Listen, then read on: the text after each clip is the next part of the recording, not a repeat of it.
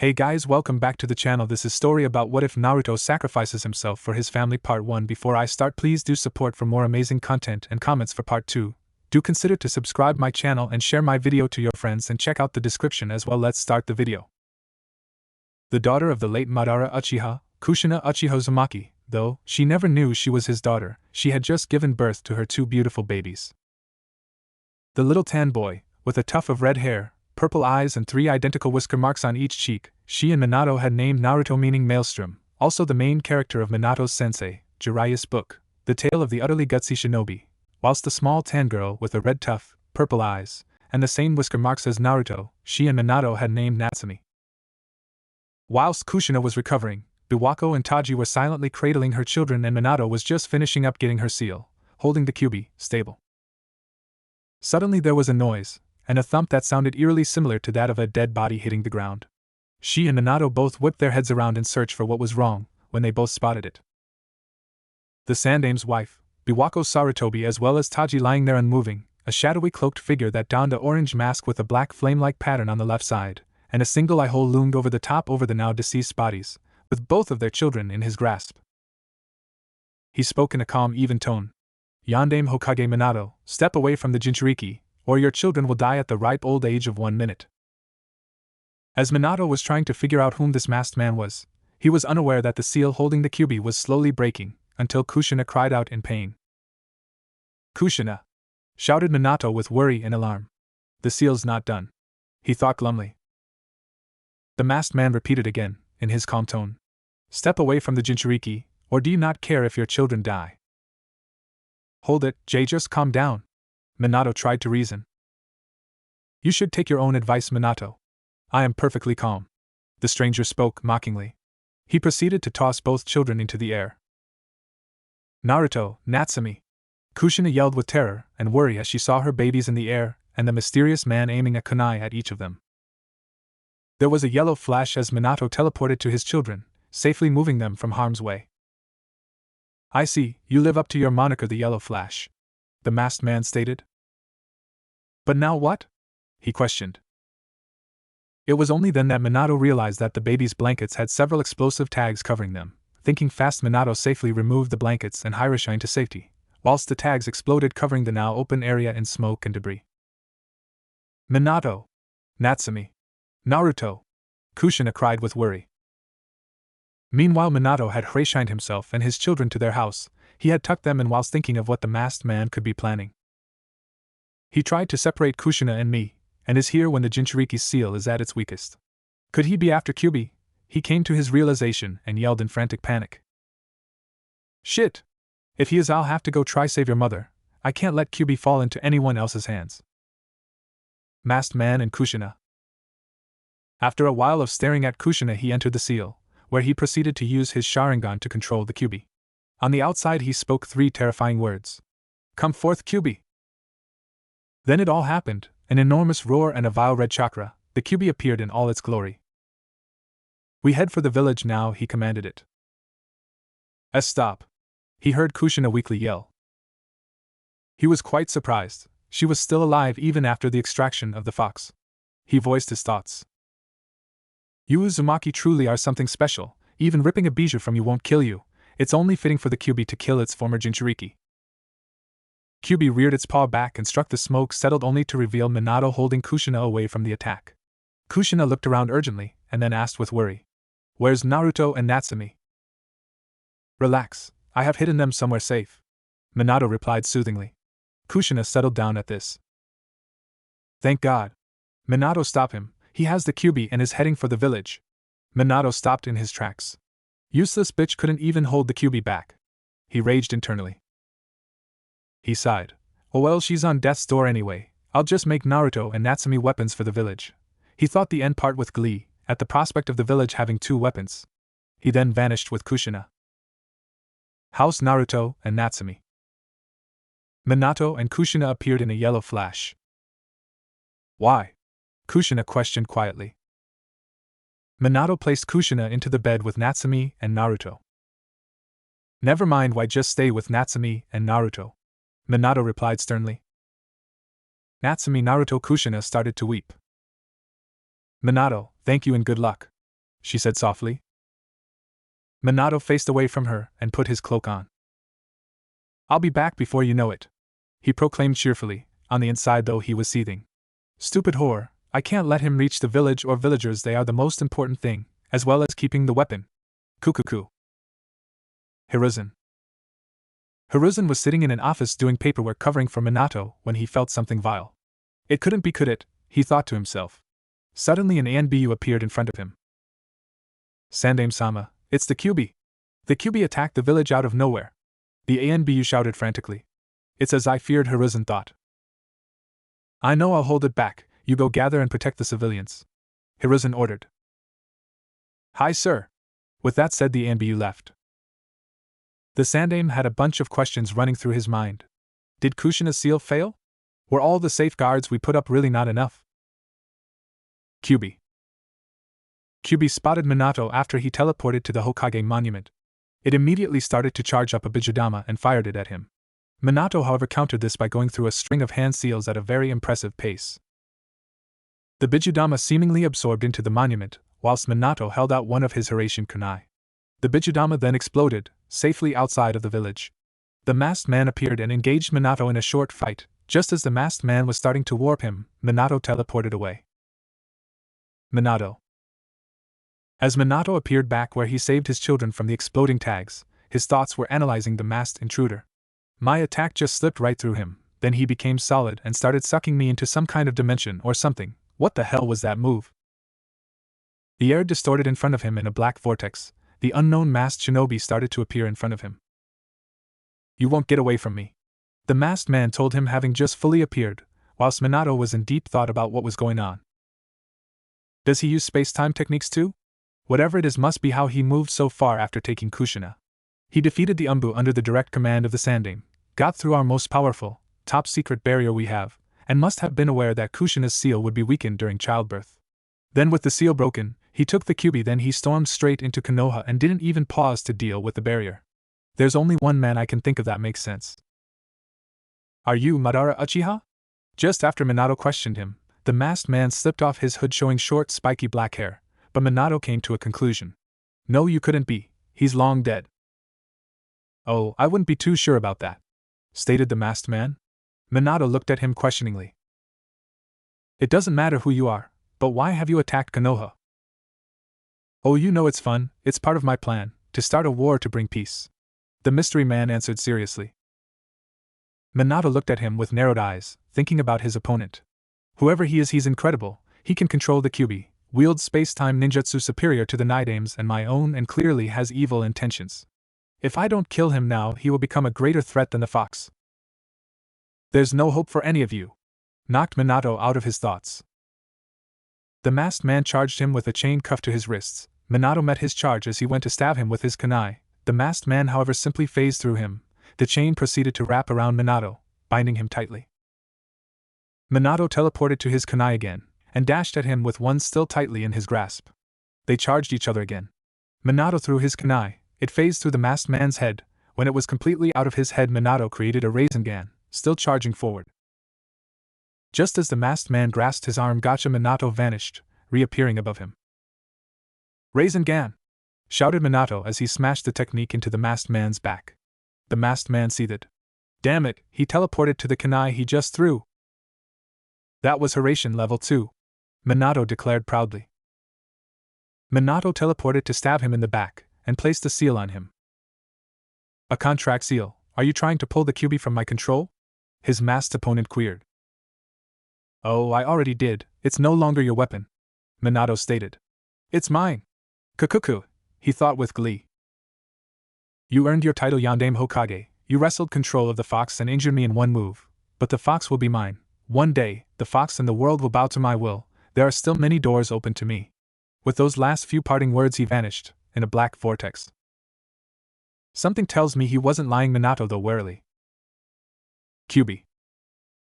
Hold it off until Yandame-sama arrives, yelled one of the many shinobi to his fellow comrades. Said person looks on in complete and utter terror when he sees that the Kyuubi is charging up its own attack, the Bijudama. This is awful, is the thought running through Minato's head as he sees Kyuubi charging up its Bijudama. A loud cry of Kuchios no Jutsu rung out, And all of a sudden the Toad Boss, Gamabunta, appeared in all his glory, the yondaime atop his head. He looked around and noticed the battle that was going on and the fact that he had been summoned on top the greatest known Biju, the Kyuubi. "The yondaime has arrived!" exclaimed one of the shinobi. Minato thinks back to what the masked man stated. "The fox in this world will bow to my will." He bows his head. "Hold the fox down for a minute," Minato yells to Gamabunta urgently. "Look, I may be big, but I'm not a miracle worker," Gamabunta exclaimed. "I need enough chakra to take him and the blast out of here," Minato yells again. Suddenly, he and the fox vanish. "Minato, did he teleport the fox in himself?" Hiruzen questioned. "Boom! Out there!" shouts Hiruzen to the ninja present, seeing the giant explosion in the distance. Minato and Kyuubi. Minato gently puts Kushina down. "Huff, huff, I've got to put up a barrier," Minato says to Kushina. "My chakra is almost drained," Kushina thought in urgency. Chakra chains shoot out of her back, and she wraps the fox in them. "Yueya!" Baby Natsumi and Naruto cry in Minato's arms. "Kushina!" An alarmed Minato yells. Kushina trembles in exhaustion. "Ha ha, sorry Natsumi, Naruto, I didn't mean to wake you." Minato looks on with fake concern. "Kushina, I'll drag the Kyuubi back and die with it inside me. That'll prevent it from coming back for a while. Huff, it's the only way to save the three of you with the little chakra I have left." Kushina panted out, already on death's door. She smiles sadly. "Thank you for everything." "No, I can't let her do that. We need the Kyuubi," Minato thought in alarm. Minato thought quickly. "Kushina, you made me your husband, made me the Hokage, and made me these children's father," and Minato started to say, however was interrupted by a sadly smiling Kushina. "Don't look sad, Minato, I'm happy that you loved me, happy that it's our children's birthday. If I had any regrets, it's that I won't see Kiyomi and Naruto grow up." At these words, Minato got even more alarmed. "Damn it, I can't let her take the weapon," he screamed mentally, but composed himself. "Kushina," he drifted off. "You don't need to take the fox down with you. We can use the last of our chakra to see Natsumi and Naruto one more time," he tried to reason. "Huh?" Kushina said with a questioning look. Just a little more convincing, Minato thought mentally. He took a deep breath and started doing some hand seals, which Kushina overlooked. "I'll split the last of your chakra, and seal it into each of them with the Hack no Fuin Shiki. Then I'll lead the Kyuubi away with a seal a non-Jinchuriki like me can use, the Shiki Fujin," he exclaimed. Just as he finished the seals, the Shinigami appeared. Kushina's eyes flew open wide. "But that user will be Dash!" she exclaimed. Minato continued on, interrupting her. "But I'll use it to be able to split the fox's power. It's just too great. It's physically and conceptually impossible to completely seal it all. I can't let the Kyuubi be revived without a Jinchuriki. It would destroy the balance of the Biju. But with the dead demon seal, I can permanently split its power in half and seal half inside Natsumi, and the remaining half will be sealed inside of Naruto with the Hack no Fuin Shiki." Minato finished explaining his excellent plan. "No, Minato. Absolutely not. They are our children. That's why I don't want them to have this burden, my burden, and on their own," Kushina yelled vehemently. Minato looked shocked. "But why the Shiki Fujin? You don't have to die as well, just so I can meet them for a few minutes when they're older. I wanted you to be there for him to raise them. So then why are you sacrificing Natsumi and Naruto?" Kushina snarled. "And for what?" "The balance of the Biju," she hollered at him. Minato looked shocked, which then turned to an appalled look. "Turning your back on the country, the village, is just as bad as abandoning your child. You should understand, you saw your village fall apart. You know the pain of growing up without a home of your own. And you know that we are a family of shinobi," Minato exclaimed. Kushina looked pissed. "Don't bring my village into this, Minato. They only fought so that the children could get away from the attack. If there's one thing Yuzushiogakure taught us, it is that family is the most important thing. Village be damned, it's just a bunch of buildings. Buildings can be rebuilt, but people's live cannot be returned. You think this will be Natsumi and Naruto's home, if they are Jinchuriki? They will hate them. I wasn't because no one knew. This is different. People have been killed, the village attacked. The information won't be a secret. The village will vent its anger," Kushina yelled in fury. Minato continued on. "I could never be a substitute for a mother, things that Natsumi and Naruto need to be taught that I could never do myself. That's the mother's job, and I need you to carry it out. Even if you only have the briefest of moments to carry it out. It's not for you, It's for Natsumi and Naruto, smiled Minato. Don't change the subject. It's not for Natsumi or Naruto. They'll be on their own. And hated. How could you do this? Is the village more important to you than your own children? Kushina shouted angrily. Be honest now, Minato, she said quietly. Very well, Kushina. Minato snarls. He continued. The village is the most important thing. We need a weapon to protect it, he stated. Kushina's shocked look changes to rage, and then pure undulated hatred. I see, then I hate you. Minato Namikaze. I was actually starting to consider you my husband. But you're no longer my husband. You're not Natsumi's or Naruto's father. And you won't ever be now. As far as I'm concerned, you're just a sperm donor. Kushina yelled in pure hatred and fury. Minato is shocked, but then he chuckles. I never loved you anyway. I used you for breeding a weapon. At the thought of what her children would go through, and being left alone, hated, possibly even die, the emotional trauma affected Kushina. If looks could kill. Kushina gave a hollow chuckle. I used you first, bastard. I wanted my children to be stronger than any. I couldn't find my destined mate, so I settled for the strongest. Senju. Haha. You didn't know though, did you? No, the QB informed me of your lineage. I only agreed for my children's sakes. You never even had sex with me. Ha ha. She cackled madly before continuing. It was simple to get pregnant. All I had to do was put you in genjutsu, then erase the memory and implant false memories if you broke free. Though you never thought to break out because they were used for pleasure, and you didn't need to suspect anything. Afterwards I got a semen sample and was artificially inseminated. That's it. Kahahaha. She finished cackling madly, as if insane. Minato shook with rage. He'd been outplayed, and he never even gotten laid to the whirlpool bitch. She was a fine piece of ass too. He quickly tells the Shinigami to split the Kyuubi's chakra into yin and yang. He seals the yin half into Naruto. Damn you, cursed Yandame! Kyuubi shouts with hatred. Kushina's chains weaken due to losing more chakra. Damn, can't get my revenge, sorry Musum, Sochi. Kushina sadly thought. Minato notices the chains weakening. Damn it, useless bitch, he thought. The Kyuubi takes a chance and tries to stab Natsumi in order to not have the last of his chakra be sealed. Minato and Kushina appear and block the claw from reaching baby Naruto. It pierces them through the stomach, however. You might have thought you won. Wait until you see my surprise. Kushina snarls. Minato looked furious. Does it look like I care about surprises right now? He states.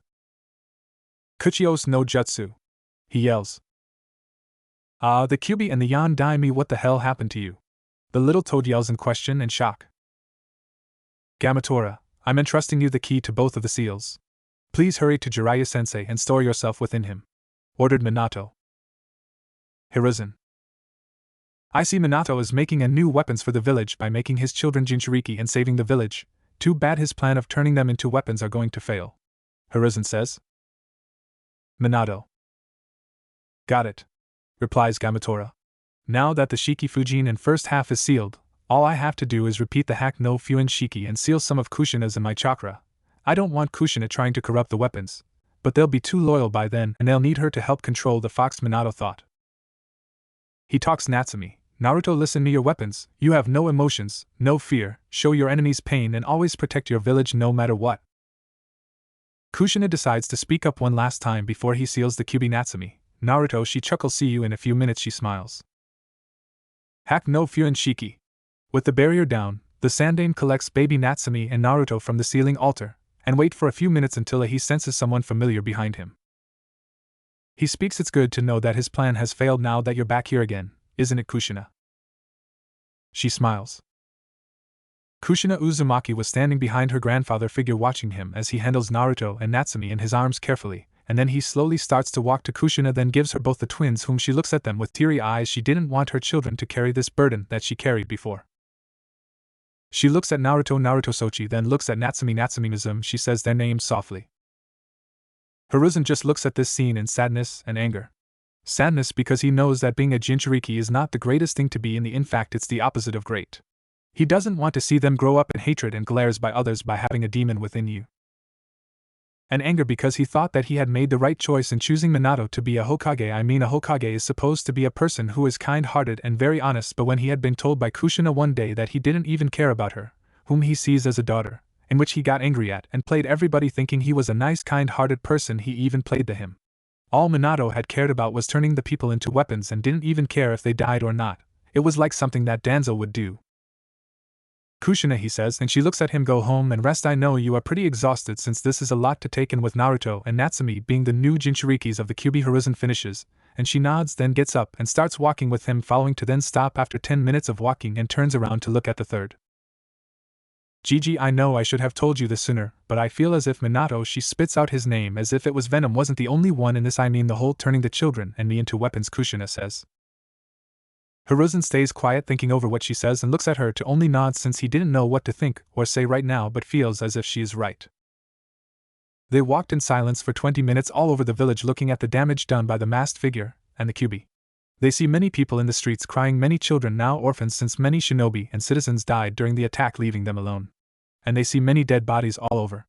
The scene was just gruesome. After a few more minutes they reached the Uzumaki/Namikaze, now only Uzumaki compound, which was deep within the forest, protected by many seals that make it undetectable for anyone to see. The only people that know about it is Jiraiya of the Sannin, a dad-like figure to her and sensei to Minato. Tsunade Senju, also known as the Slug Princess, and the legendary sucker given to her because of her very bad luck. She is a sister-like figure to Kushina and also her sensei. Then there is Hiruzen Sarutobi, or as many call him, the third Hokage and the professor. Due to his knowledge and for mastering the 5 elements, he is basically a grandfather-like figure to Kushina. He was one of the people that she trusted more than anybody. And lastly, her friends, in which consisted of Tsum Inuzuka, mother of Hana Inuzuka and newly born Kiba Inuzuka. Mikoto Uchiha, one of her best friend and the mother of Itachi Uchiha, or otherwise known as Izumi, in which only a bit of people knew about, and newly born Sasuke Uchiha, Hitomi Hyuga, mother of newly born Hinata Hyuga, Yoshino and Shikaka Nara, mother and father of newly born Shikamaru Nara, Mabuki Haruno, mother of newly born Sakura Haruno, Inoichi and Mrs. Yamanaka, I do not know her name, father and mother of newly born Ino Yamanaka, Choza and Mrs. Akimichi, I don't know her name, mother and father of newly born Choji Akimichi.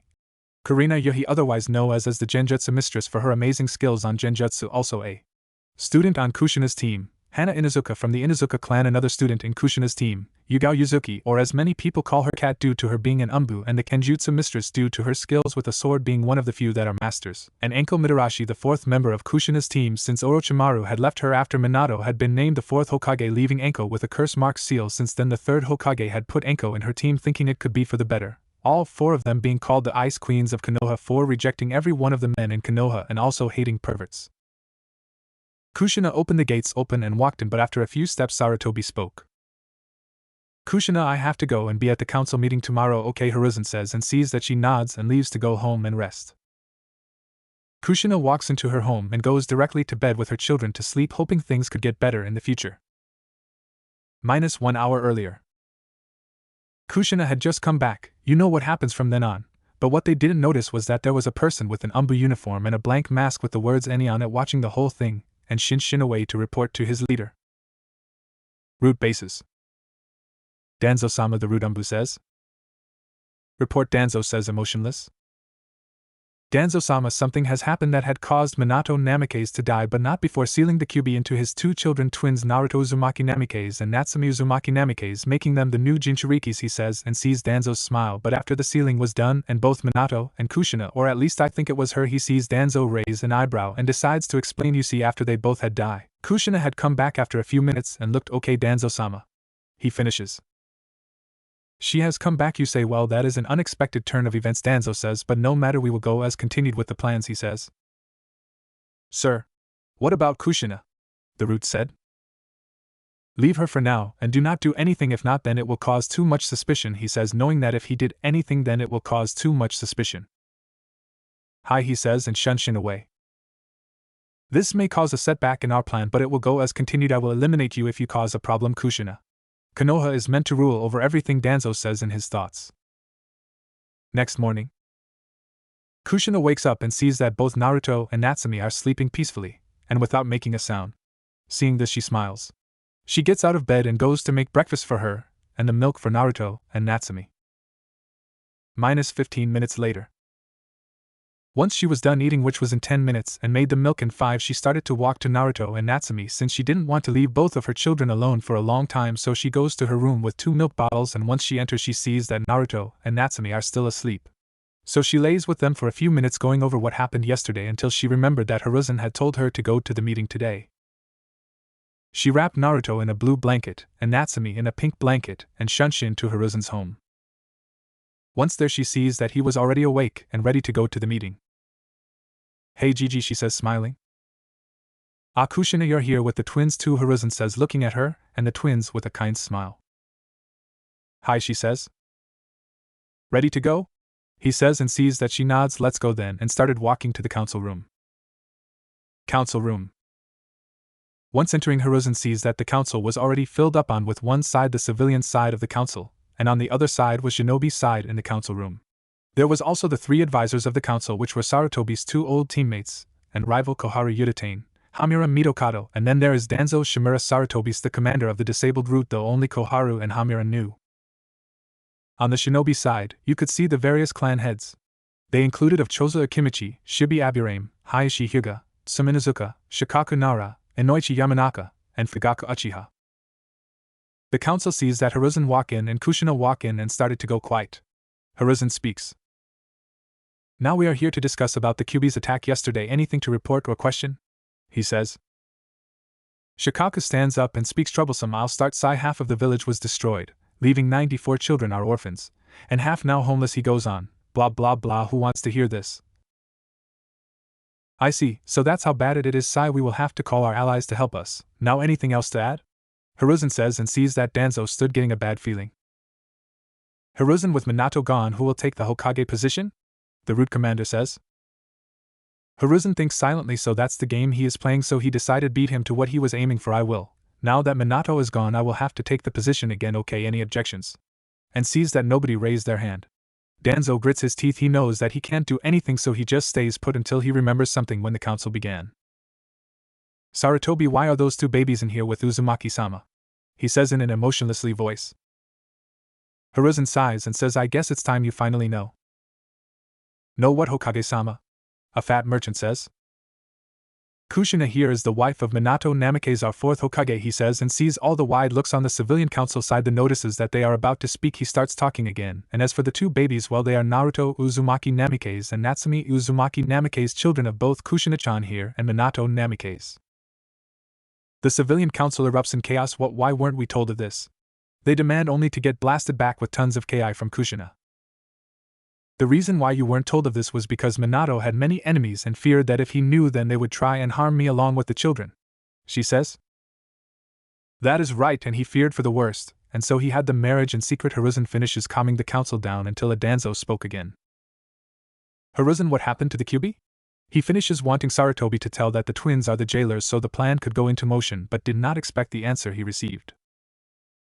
As you know, the Kyuubi could not be killed, so Minato sacrificed himself in order for the village to remain and sealed the Kyuubi into a newborn child. He pauses, but Minato did not say who the child was, so it is unknown, he said, lying, knowing that if he told them that Naruto and Natsumi had the Kyuubi within them, then they would start shouting for the children's death. Danzo on the outside but in the inside was gritting his teeth. Koharu speaks up. Hiruzen, how are we going to know who the children are? Only time will tell, Koharu. Only time will tell. Now is that everything? Good, now dismiss. The 3rd finishes and everyone stands up and leaves, leaving behind Kushina and Hiruzen. Kushina starts to speak up. Well, that went okay, she says, smiling. Yes, but we still have to be weary of Danzo from now on since he was acting strange and was looking at Naruto and Natsumi a lot, the 3rd says. She nods. Hi. She leaves. Hope things won't be too troublesome. Sigh. He thinks going back to his old office. Danzo. Damn it, my plan backfired, he screams mentally and goes on for a few more minutes until he thought of something. Yes, that might actually work. He starts grinning like a man. Root! He shouts. Suddenly 5 Root are in front of him. Hi! I want you to spread rumors, Danzo says. What rumors, Danzo-sama? One of the Roots say. Rumors that Natsumi Uzumaki Namikaze is the Jinchuriki of the Kyuubi. He finishes with a man grin while thinking, ha ha ha, since the village was attacked, then their hate will surely come over them, ha ha ha ha, this plan is perfect. Hi! The Roots say and leave. While still grinning, he thinks, Hiruzen, you fool, you really didn't think me and Minato didn't have a backup plan, did you? -3 days later. The rumor spread fast, and by fast I mean like Hiratian fast. When Kushina found out about the rumor, Well, let's just say she was really pissed. She attacked anyone who said anything bad about her daughter. She had her suspicions on who it was, but she didn't have proof to tell the Hokage it was him. When the Hokage found out about the rule, the only thing he could was just put out a law so that no one would speak about Natsume's status, but that failed. He also had another problem, and that was Danzo, his old rival. After Natsume's status was revealed, Danzo was constantly trying to get Natsumi under his root program, but Hiruzen was always one step ahead and declined him, saying that she would be better as she was with her family, and enjoyed her childhood somewhat, since many children will not want to play with but still enjoy her childhood. With Kushina, Naruto, Natsumi. Kushina was looking at her son and daughter sleep peacefully, but was looking a little bit more at Natsumi sadly because of her status that was told. She didn't want her daughter to live the life of a Jinchuriki, in which was a life full of sadness, hate, and loneliness, but since she and Naruto were alive, she didn't have to live a life full of loneliness. She then heard a knock at the door and knocked her out of her thoughts. She went downstairs to the door and opens it only to see Jiraiya. "Ero-senin," she says excitedly and hugs him to death. "Hey Kushina-chan," he replies back, trying to breath. Kushina notices that when she looks up and quickly lets go. "Sorry, I'm just so happy to see you," she says while rubbing her head sheepishly. Jiraiya quickly breaths in all the air he could, wondering if Kushina's strength is similar or greater than one of Tsunade's punches. After a while he was all okay. "Come in, Ero-senin," she moves out of the way and he comes into the house while noticing that all the pictures of Minato are gone, which is all the pictures, but he couldn't blame her. He goes into the living room and sits down in a sofa. "So what brings you here, Ero-senin?" Kushina says, wondering. "Well, first of I'm here to say that I'm sorry about what Minato did. If I had known then he starts only to get interrupted. "Don't worry about it, Ero-senin, I forgive you. Besides, you didn't know. If you had then, you would have told me earlier," she says, waving him off. Jiraiya sighs in relief, knowing that Kushina doesn't hate him. "Thank you, but the thing that hurts me is the fact that he was like a son too, and he played me. Do you how much that hurts?" he finishes angrily, and sadly with tears down his face. "I knew most of my life," she says, and sees that he looks at her in confusion, deciding to continue. "From when I came to Konoha, I instantly felt like I didn't belong here, but since the Senju and Uzumaki were allies, then I had no other choice. So I stayed, but I still felt like this place was evil and corrupted. That's why I felt like I didn't belong there. After a few days I decided to tell Mito-sama, and what her answer was surprised me." Only for Jiraiya to talk. "What was it?" he says. She said that when she first arrived she felt exactly the same. Surprising to him, she said that the most she felt evil and corruption was from Hashirama Senju. Surprising him even further. "I know, right?" That was my reaction, and what surprised me the most was that she really didn't love him. The only reason she was there was because it was for her clan, and I know that I keep saying she keeps surprising me, but the one that gave me joy was when she said I wanted to be with someone who is carefree, lovable, great with kids, not a corrupted man. So she told me for herself to really find that right man and be happy in a nice place in her life. She did a jutsu that had been in the Uzumaki clan for a long time that could only be done by women, known as Uzumaki Kindan no Tokunakusaimai no Bunri, Uzumaki forbidden technique, life separation. She pauses. What it does is basically it creates another you just like a clone, but this one doesn't dispel. The drawback to this forbidden technique is that you, the original one, can't be around at the same time as the other, so the original has to be put in another room that is meant for this technique, and when going into the room you will be given 3 choices to how you want to get out, or when you want to get out. 1. The one you're chosen to be with goes to the room and gets you, which is the one Mito-sama chose, and how you say will he get you? Well, he will be attracted to the room like something is calling him. 2. When your other dies, and which is the one I chose, then you will awaken. 3. Whenever you want to awaken you can, but the other dies as soon as the original awakens. When you're in the room, then your body will stop aging at around 25 and will remain young. Also, when awakening you'll receive all the memories of your old life, but then you will have to train harder to be back in shape as the clone you. Anyways, as I was saying, when she told me about this technique that she used, she gave the option of doing it or not, saying I was like granddaughter to her, so it was my choice. She pauses again. So I did it, but unlike her I chose the second option because I already knew that I was chosen to become the second Jinchuriki of the Kyuubi, and childbirth was dangerous for me, that it might cause me to die. Explaining why I am here today. As for Minato, well, the first day I introduced myself in the academy, or rather my other introduced herself, she felt evil, corruption, and greed from him, so she played him too. Gladly she slashed me, still hated it when people called her tomato. But anyway, she knew from the start that he was evil and up to something. She finished and looked at Jiraiya, who looked like a gaping fish. It took about 10 minutes for him to snap out of it, and looked at Kushina. Wow, Kushina was the only thing he said. I mean, this whole thing was a whole lot to process. Yes, sorry for keeping this a secret from you. Since you were his sensei, then I didn't know whether you would tell him or not, she says.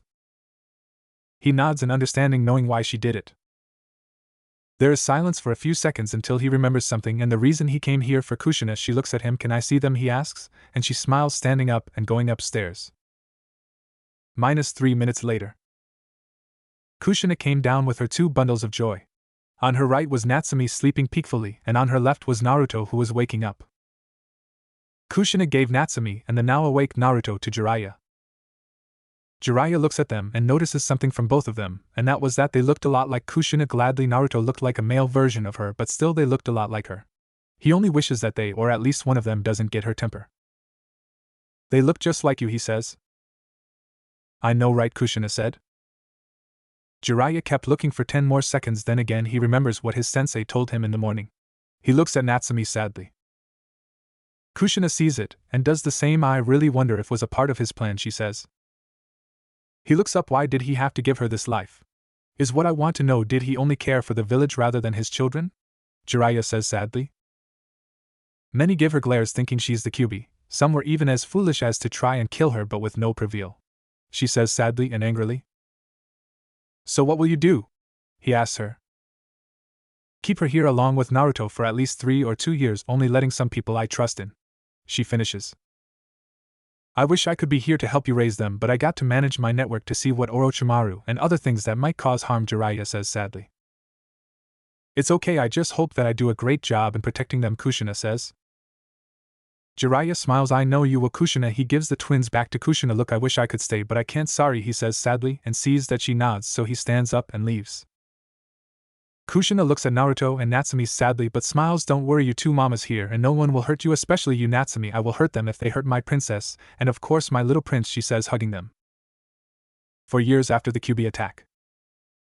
Natsumi, Naruto, come downstairs, it's time to eat, yelled Kushina as loud as she could so that the twins could hear her. She waits for a few minutes for both of them to come down. She hears footsteps coming down the stairs and she turns to see them. She sees that Naruto was coming ahead of Natsumi, as always, with him being the overprotective brother. Naruto wore a black long sleeve with the Uzumaki symbol on the back and a pair of blue pants. Natsumi came behind Naruto wearing a white t-shirt with the same Uzumaki symbol on the back and a pair of black pants. Kushina looked at them with a smile. In the 4 years since she came back from the chamber, things have been good and bad for them.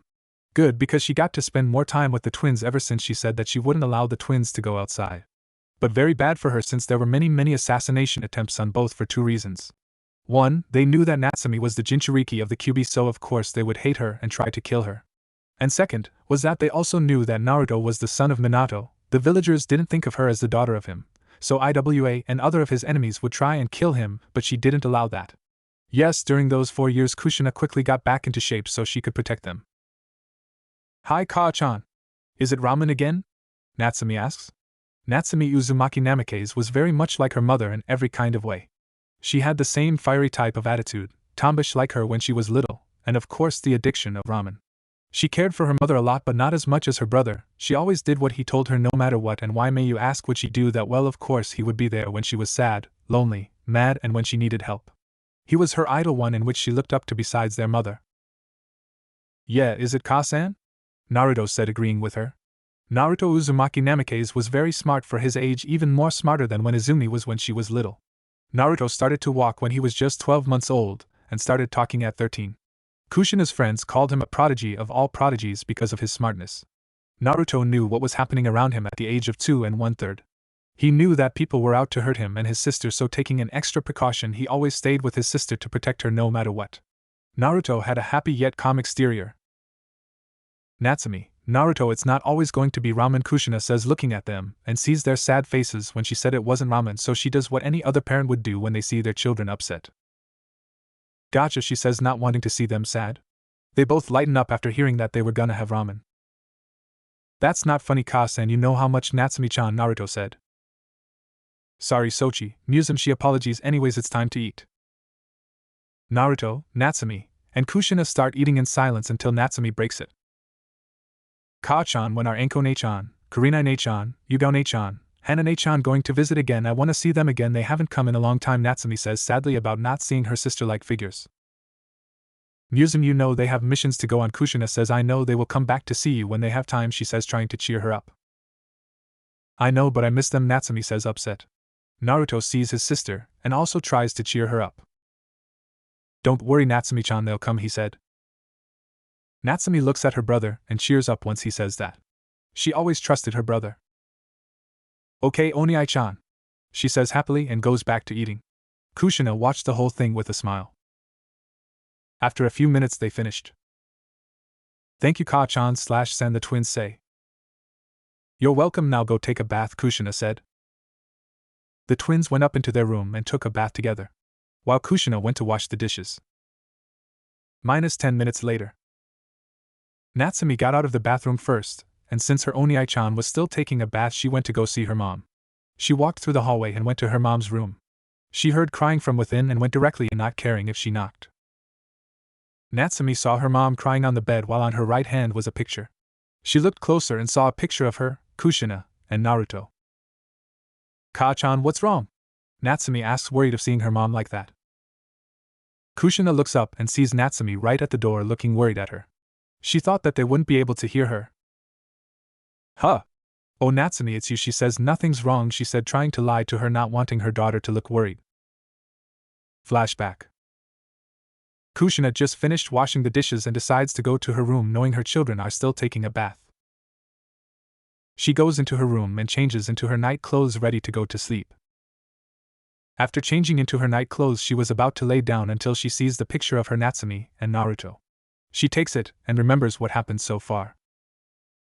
Kushina remembered all the assassination attempts that came on Natsumi and Naruto.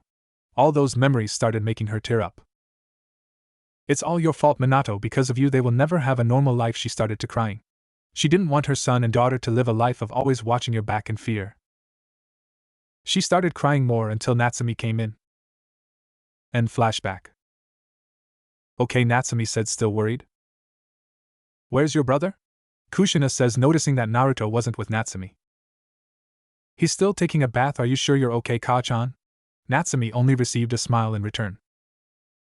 I am, thank you, Musum, Kushina said. Now go before your brother gets worried. Natsumi quickly went back, not wanting to worry her brother. Once she left, Kushina looks back at the picture one last time, before going to sleep. Naruto. Naruto got out of the bathroom and noticed that Natsumi wasn't there, so he went to bed figuring she might come later. Naruto laid on the bed looking at the ceiling, going over the things that happened until now. When Naruto was little, he was always curious on the things that happened around him, and what interested him he would try see what else is there to it. He knew his mind was more advanced than those his age. He also knew that he was the Jinchuriki of the Kyuubi when he was 3 years old, and how did he find out? When he read a book on how to unlock chakra, it said that the best way to do it was to meditate, and guess what that led to? Flashback. 3-year-old Naruto had just finished reading a book on how to unlock chakra, and it had said that an easy way to do it was to meditate. So he went into a meditative pose and meditated. Mindscape. Naruto opened his eyes and saw that he was in a sewer. He got confused. He was just in his room and now a sewer. He stood up and looked around and suddenly saw a light at the end of the sewer passage, so what else to do than go towards and see what was at the end. Getting towards the end of the light, he saw that there was a huge room and in front of it was a cage with a paper that said seal on it.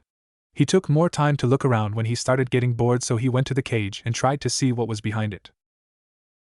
Hello? Is anyone there? He asked. He heard a growl and suddenly a demonic voice spoke. So my jailer finally decided to meet me? That was quick, a deep voice said. Naruto was startled by the voice and looked and saw a fox head coming out of the dark. After a while, Naruto decided it would probably be best if he knew what was going on. Ano, if you don't mind me asking. Where are we exactly? And who are you? The fox blinked. Right now we are in your mind. She made a sweeping gesture to the area around her. This place is called your mindscape. Think of it as a place inside of you that you can go to when you want to or are in trouble. Naruto only understood that this place was somewhere he could go to whenever he wanted to, but he really didn't understand what she meant by his mind. Could people go into their minds? Despite his confusion, he nodded anyway, figuring he would learn what she meant eventually. The fox continued, as for my name, it's Kurami. However, you may know me better by my title of Kyuubi no Yoko. Naruto thought for a moment. He had read a book about the Kyuubi before he was sure of it. He blinked as he recalled the information. I thought the Kyuubi was an evil demon that the Minato killed. There's no way you can be the demon. I am Kit, Kyuubi said sadly. However, I am not evil as people say I am. I was controlled into attacking your village. It pauses. As for the Yondaime, while he did defeat me in a sense, but he could not kill me. Demons cannot be killed by mortals, so he did the next best thing by sealing me into a newborn, in this case 2 babies. Sealed? And Natsumi is the second baby, right? Asked Naruto, not really understanding what that means. Yes, I am inside of you, it said, wondering how best to describe the art of sealing, or at least how it pertained to their situation to a 3-year-old. It shook its head. There was nothing it could really say that would make sense to the boy. All you need to know for now is that I am inside of you. And yes, your sister is the second baby. Why did he put you inside me? Naruto asked, growling now that he knew he had a demon within him because of his father. The only thing I heard before I was sealed within you and your sister is that he was trying to make you, your sister, and mother weapons for Konoha, the Kyuubi said. Naruto, hearing that his own father was making him, sister, and mother weapons for the village, made him really angry. In fact, angry wasn't what he was feeling right now. No, right now he was downright pissed. After a few 20 minutes he calmed down, but he was still pissed. So what now, he says. I don't know, the Kyuubi said. He asks. Kyuubi, why is my mindscape a sewer? Can't you change it? He says, wondering. It's your mind, kid, not mine, so you can change it, not me, it says. Oh, I don't know what to think of, he says. Don't worry about it, for now let it stay a sewer. You're still a child, so you don't know much, the Kyuubi said. Again there was silence until Naruto spoke. Wait. How long have I been here? It must have been hours. Oh man, Ka-san and Natsumi-chan are going to kill me, he says, frantically fearing what both the girls would do to him, mostly his mother. Oh, how he feared her. Sure, he loved her, but she was downright death when she was angry. Calm down, kid, the Kyuubi said, trying to calm him down, but saw that Naruto wasn't listening, so it tried 5 more times until I said calm down, the Kyuubi screamed, and Naruto stopped, not wanting to be screamed at again. Good, now, you don't have to worry about your mom or sister killing you, because 1 day in here is 6 months, and since you only been in here 1 hour and a half outside, you were meditating for 30 seconds, the Kyuubi finished, surprising Naruto. Now he could do whatever he wants, train in his mindscape for us whenever he wants. Wait, if I stay here for days, then does that mean I will age older on the outside? He wondered. No, you will remain the same on the outside and inside no matter how much you stay here, the Kyuubi said. Oh, then that means I can train here, right? He said with enthusiasm. Well, hold on, kid, just because it's your mindscape doesn't mean I can't do anything, the Kyuubi said, not wanting to see the Naruto all the time in there with it. What? Yelled Naruto. Yeep, so until you can change the sewer, then don't bother coming here, the Kyuubi said. But that just isn't fair. I'm 3 and Kasan says we can't go outside the gates, so I don't know what to think of besides my home. And I don't want to see you destroying my home, exclaimed Naruto, only to get a snort from the demon. Like I care, so until then don't come back. Got me? With that said, the Kyuubi kicked out Naruto out. Outside. Naruto looked at his surroundings and saw that he was back into his room. He looked at the clock and saw that the Kyuubi was right, he was only there for 30 seconds. He grumbled under his breath about Baka Kitsans. End of flashback. Ever since then he had tried to get books with any type of pictures so he could change his mindscape and would at least please the Kyuubi so it could let him train in there, but every one of them failed. That didn't stop his training though. He would train at night so his sister and mother wouldn't know and tell him to stop. So far he has only done the basics and chakra exercises like tree climbing and leaf concentration. The water walking he hasn't done, since the only body of water in the compound is his mom's pond, and he knew how much his mother cared for that pond, so he decided not to do the exercise until he could leave he pound. He read many scrolls, but that was all he could do for now. Naruto was already asleep when Natsumi had come in. Natsumi figured he would be asleep since she was gone, so she went to her brother's right side and went to sleep with him, deciding to tell him about his mother tomorrow. Unknown place. Zetsu said in old raspy voice. The man was old, with his thin and white hair reaching waist-length and shoulder-length bangs framing the sides of his face, covering most of his right eye, but you could clearly see that he was missing his right eye. He was Madara Uchiha. Hi, Madara-sama, said a voice. He had short green hair, yellow eyes, and his body had 2 different colored halves. His left side was completely white, while the right side was almost entirely black. He had 2 large Venus flytrap-like extensions around him. His name was Zetsu. How long has it been since her death, and since I last seen her, said Madara. It's been 22 years, Madara-sama, Zetsu said. 22 years, huh? Time sure flies by, Madara says. Ever since he heard of his wife's death he had been glum. He had seen his daughter only when his wife had given birth, but he knew he couldn't stay because he would only cause trouble, so he had to leave, only leaving his daughter something. Zetsu, he says, getting the attention of Zetsu, go and get me something that I left my daughter. Where is it? Black Zetsu asks. You said that she had went to Konoha, right?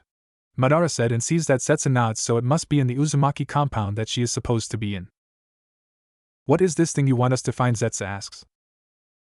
Before I had to leave Yuzugakure I had left her a necklace with the Uzumaki symbol on it, so you will easily know which one it is, Madara says. That necklace was the only thing left that connected him and his daughter.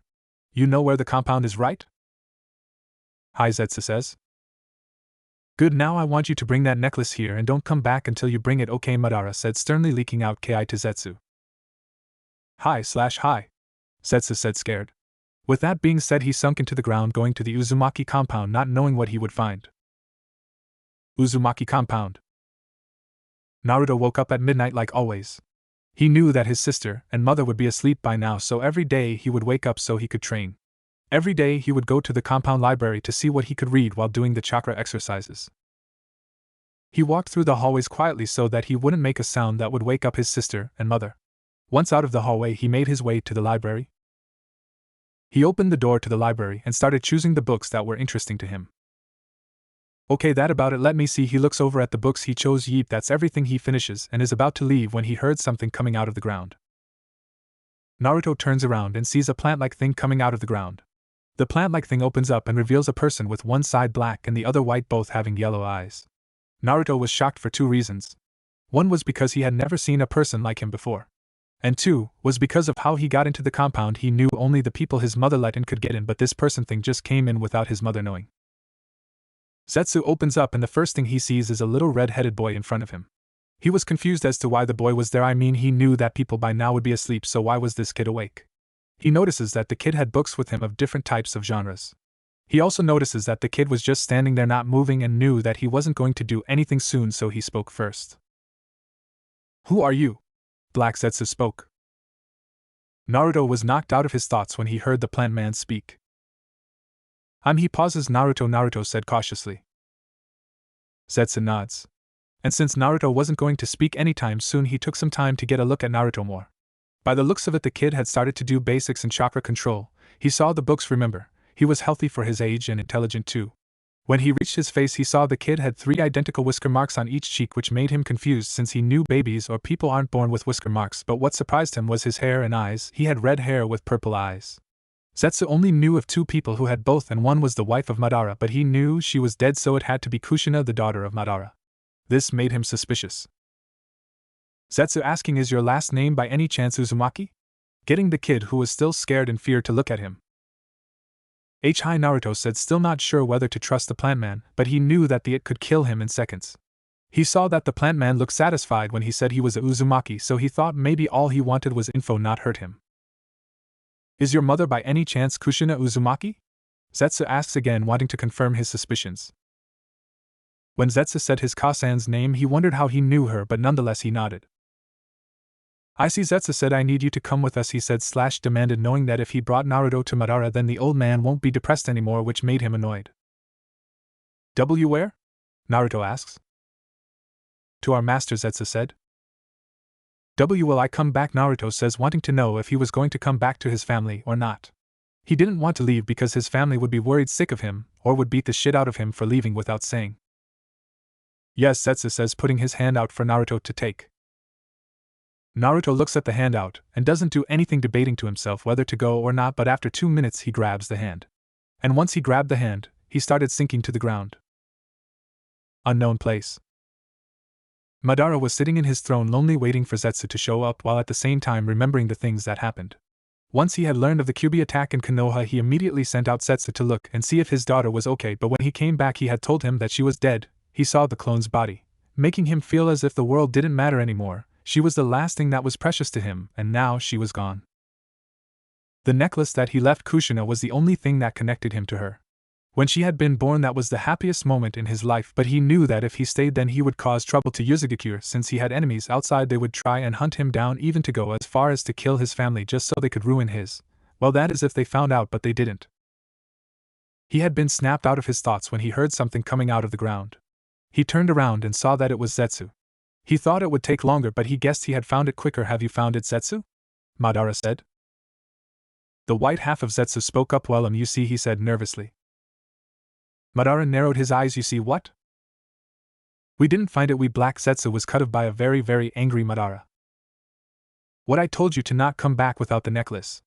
Madara said angrily. He specifically told Zetsu to not come back without it, and he did just that.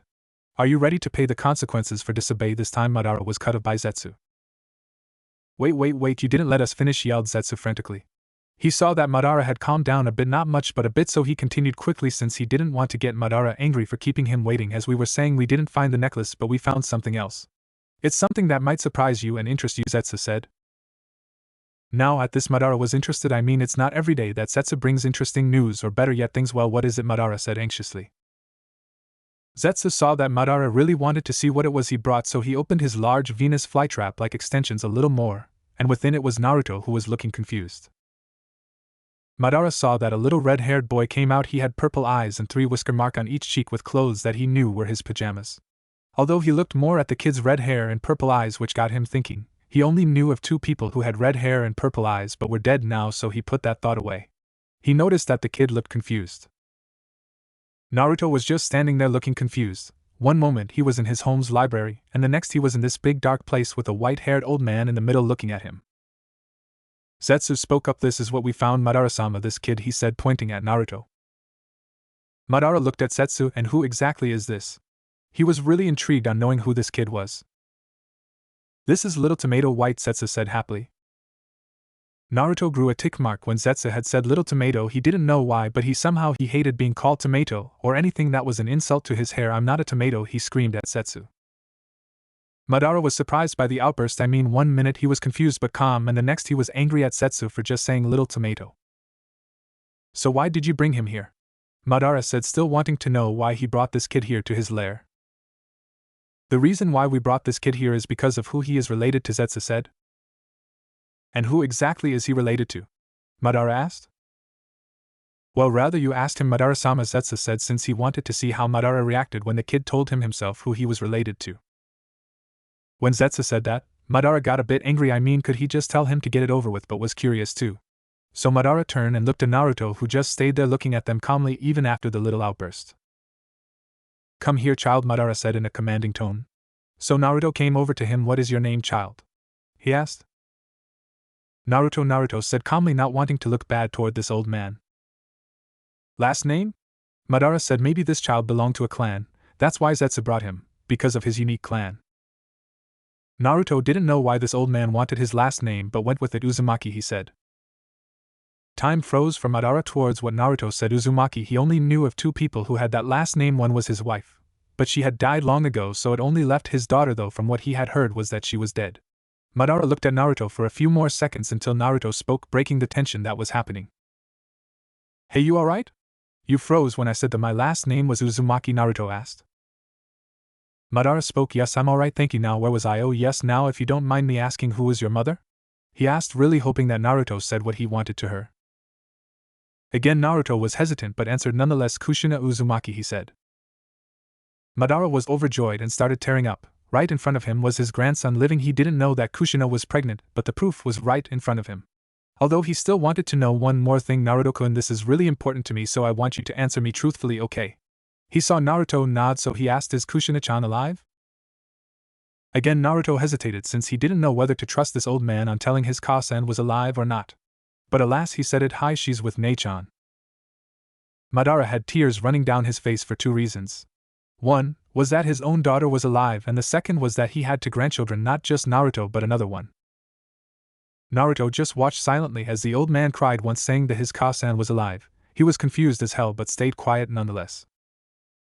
Zetsu watched the whole thing in silence with a tiny smile on both halves. He knew that with Naruto saying that Kushina was alive and that he had 2 grandchildren, one of which was standing in front of him, would make him happy and not be glum anymore, which he hated. -5 minutes later. Madara had finally stopped crying and looked at Naruto. His grandchild had to know who he was. It was only fair since Naruto told him anything, so he had to know. Naruto, come here, he said. Naruto went over to the old man. Hi, Naruto says. What I am about to tell you is something that cannot leave this place, okay, Madara says in a calm yet dangerous tone. Naruto nods. You see, the reason that I wanted to know if your mother was alive was because I didn't know she was alive until 5 years ago, and then 4 years ago I had been told that she was dead, making me feel as the world didn't matter. But do you why I care so much for her? Naruto shook negative. The reason I care so much is because it's a father's job to do so. Naruto's eyes widened and was about to speak when Madara interrupted him. Yes, Naruto, I am your grandfather. Me full name is Madara Uchiha, father of Kushina Uzumaki Uchiha, and you are my grandchild. Madara finished. Naruto just stood there with wide eyes because right in front of him was his grandfather, the Madara Uchiha. He didn't know what to say, so he did something that anybody would have done. He went up to his Aji-san until he was about 2 feet from him, and then hugged him. Madara was surprised by this but hugged Naruto back. Zetsu, who was still silent, smiled even more. I mean, who wouldn't? This scene was so touching. Once finishing, Naruto spoke. Madara, Gigi, where are we? He asked. Madara smiled. We are in my lair, he said. Oh, it's pretty big and dark. Don't you get lonely? Naruto asked. I do, but enough about my loneliness. Tell what has been happening in your life, Madara said. Naruto explains that he started doing the basics in chakra control and about the assassination attempts that have happened that could have killed him and his sister if it weren't for his mother. Madara was amazed that Naruto started doing the basics in chakra control at the age of 4, which amazed him, but got upset when he heard of the assassination attempts. After Naruto had finished, he remembered something very, very important. Wait, what time is it? Oh no, what if Ka-san starts worrying? Oh, Ka-san is gonna kill me, he says frantically. Madara looks at Naruto and chuckles. The whole scene was just funny for him. Don't worry, Naruto, you only been here 3 hours. He sees that Naruto calms down but soon yawns. It seems you're sleepy. Sigh. Well, I guess it's time for you to go, he says sadly. I mean, he wanted to spend more time with him, but if he didn't go home, the Kushina would start worrying. Hi, Gigi, Naruto says. Wait, will I come back? He asked. Yes, you will. You just call for Zetsu and he'll appear, although do it at night. Okay, Naruto nods. Good. Now, Zetsu, please take Naruto back. And Naruto, remember, don't tell anyone about this, not even Kushina and Natsumi. Okay, Naruto nods again. Zetsu goes to Naruto and grabs his shoulder. Bye, Gigi, I'll come back tomorrow, Naruto says as he and Zetsu sink into the ground. Bye, Naruto, Madara says with a happy smile. Uzumaki compound. Naruto and Zetsu appear in the library where Naruto was before he left. Thank you, Zetsu, Naruto says to Zetsu. You're welcome, Naruto-sama. Now go and sleep. Call us tomorrow to pick you up, Zetsu said. Don't call me Naruto-sama, just Naruto is fine, Naruto said to Zetsu with a smile. Zetsu was taken back by that but complied nonetheless. Hi, Naruto. Good night, Zetsu said, sinking back into the ground. Naruto goes to his room and goes to bed with his sister. He stays awake for 5 minutes thinking about what happened until he fell asleep with one thought in his mind. Things are sure gonna change from here on. Next day, after meeting Madara, Naruto opened his eyes as the light shone through the hole-filled curtains of their room. He looked down upon the still resting face of his twin sister Natsumi. He almost yelled out kawaii, with how she looked, so peaceful and cute. He brought his arm around her again as he drew her back and close. She snuggled into the warmth, and he just lay there waiting for her to awaken. About 10 minutes later, curious purple eyes flew open, flickering around the room. Good morning, Naruto and I, she mumbled as she rubbed her eyes with her balled-up hands. Naruto smiled. Good morning, Natsumi-chan, he replied happily. Not only I-chan, do you think Anko-ne, Yugao-ne, Kurinai-ne, and Hana-ne are going to visit today? Natsumi said. She always loved when they came. I don't know, Natsum-chan, maybe, Naruto said. Anyways, let's go take a bath so we can go eat breakfast. Maybe it's ramen, he said. She got up and went straight to the bathroom. She was always energetic. So he got up and went to take a bath too. After bath, Naruto came out with a black long-sleeved shirt and blue pants. Natsumi came out with a white t-shirt and blue pants too. They started walking out of their bedroom towards the kitchen where by now their mother would be awake, and started to make breakfast. As they walked, they each had different thoughts going through their minds. Naruto had been thinking about what Madara had said last night. He was the grandson of the Madara Uchiha trader to the Hidden Leaf Village, making him part Uchiha and part Uzumaki, but he didn't look Uchiha or doesn't have the Sharingan. He'll figure it out tonight when he asks Madara, but for now he was going to keep his promise to his Gigi on not telling his mom or sister about Madara being their grandfather/father. Natsumi, on the other hand, was thinking on whether telling her Oni-chan about what happened yesterday with their mother. She wanted her Oni-chan to know, he was a part of the family too. But her mother did say she was fine, so for no, she would say nothing, that is if it doesn't happen again. Once the twins got to the dining room, they saw two familiar faces sitting on the table. There on one of the chairs was Tsunade Senju, the godmother of Naruto Uzumaki and Natsumi Uzumaki, Konoha's slug princess Tsunade, Konoha no Namakuji Tsunadeheim, the legendary sucker, Densetsu no Kamo, known for her misfortune in gambling, and one of 3 legendary shinobi, Densetsu no Sannin. The second person was Shizen Kato, Tsunade's first apprentice. Shizen is a very capable kunoichi and a highly talented medical nin. Shizen is the niece of Dan Kato, a renowned shinobi of Konoha.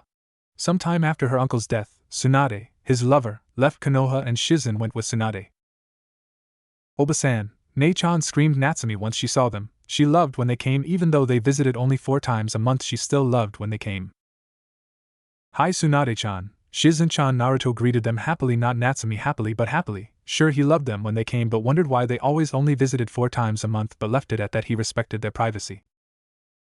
Tsunade and Shizen heard the twins call them and turned around. Naruto-kun, Natsumi-chan. They greeted the twins back. How are you?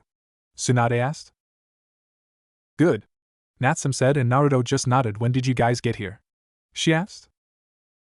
About a couple minutes ago, while you guys were taking baths, Shizen said. How long are you gonna stay this time? Natsumi asked. She really wished they always stayed longer than a day. Just today, then we have to be going, Tsunade said, and just like Natsumi, she also wished that they would stay longer, but Konoha brought bad memories. Oh, Natsumi said sadly. Are you guys going to stay to dinner with us before you leave? She asked. Hi, we will, Tsunade said, smiling a bit. Natsumi smiled happily when she said that she would at least stay for dinner. Naruto just stood there listening. This wasn't new to him. Every time they came, they would always leave. Breakfast is ready, Kushina yelled. The twins took their seats and waited for the food to. Once it came, they, the twins, dug right in, not wasting time. The rest just ate at their own pace. While eating, they all talked about different things like how they've been, what have they been up to, or what are they going to do today. Other than that, everything went fine. Alright Sochi, Musen, while we talk here you go play outside, okay? Kushina said. Every time Tsunade and Shizen came, it was to make sure that they were okay, since this time around they would always send assassins to try and kill Naruto and Natsumi, so she needed medics to help in case they badly hurt, but thankfully they never got hurt. Still though, you never know. Hi Ka-chan/San, the twins said. They got up and went outside. Natsumi started playing with the things that she saw, which weren't many, but hey, when you're a kid everything around you is fun. Meanwhile, Naruto was just sitting there at the doorstep of the back door watching Natsumi play, also listening to what his Ka-san, Tsunade, and Shizen were saying. His Ka-san always told them to go play outside, and he knew it must be important towards what they were talking about, so this time he was going to listen to what is it they were saying. Kushina, Tsunade, Shizen. So Kushina, how many have there been in the past few days? Tsunade asked. She simply loved the twins to death, but for 2 different reasons for both of them. Natsumi because she reminded her of Nawaki, since he was always super active and lovable too. Both of them always saw the good in things rather than bad. Naruto, on the other hand, well, she just loved him because of his love for his family and his passion over things. The other thing was his maturity for a young age, which kind of made him even more lovable. No, there hasn't, luckily, Kushina said. Thank goodness, Shizen said, and just like Tsunade, she really loved the twins, and if they got hurt, well, she would have gone from a saint to a demon.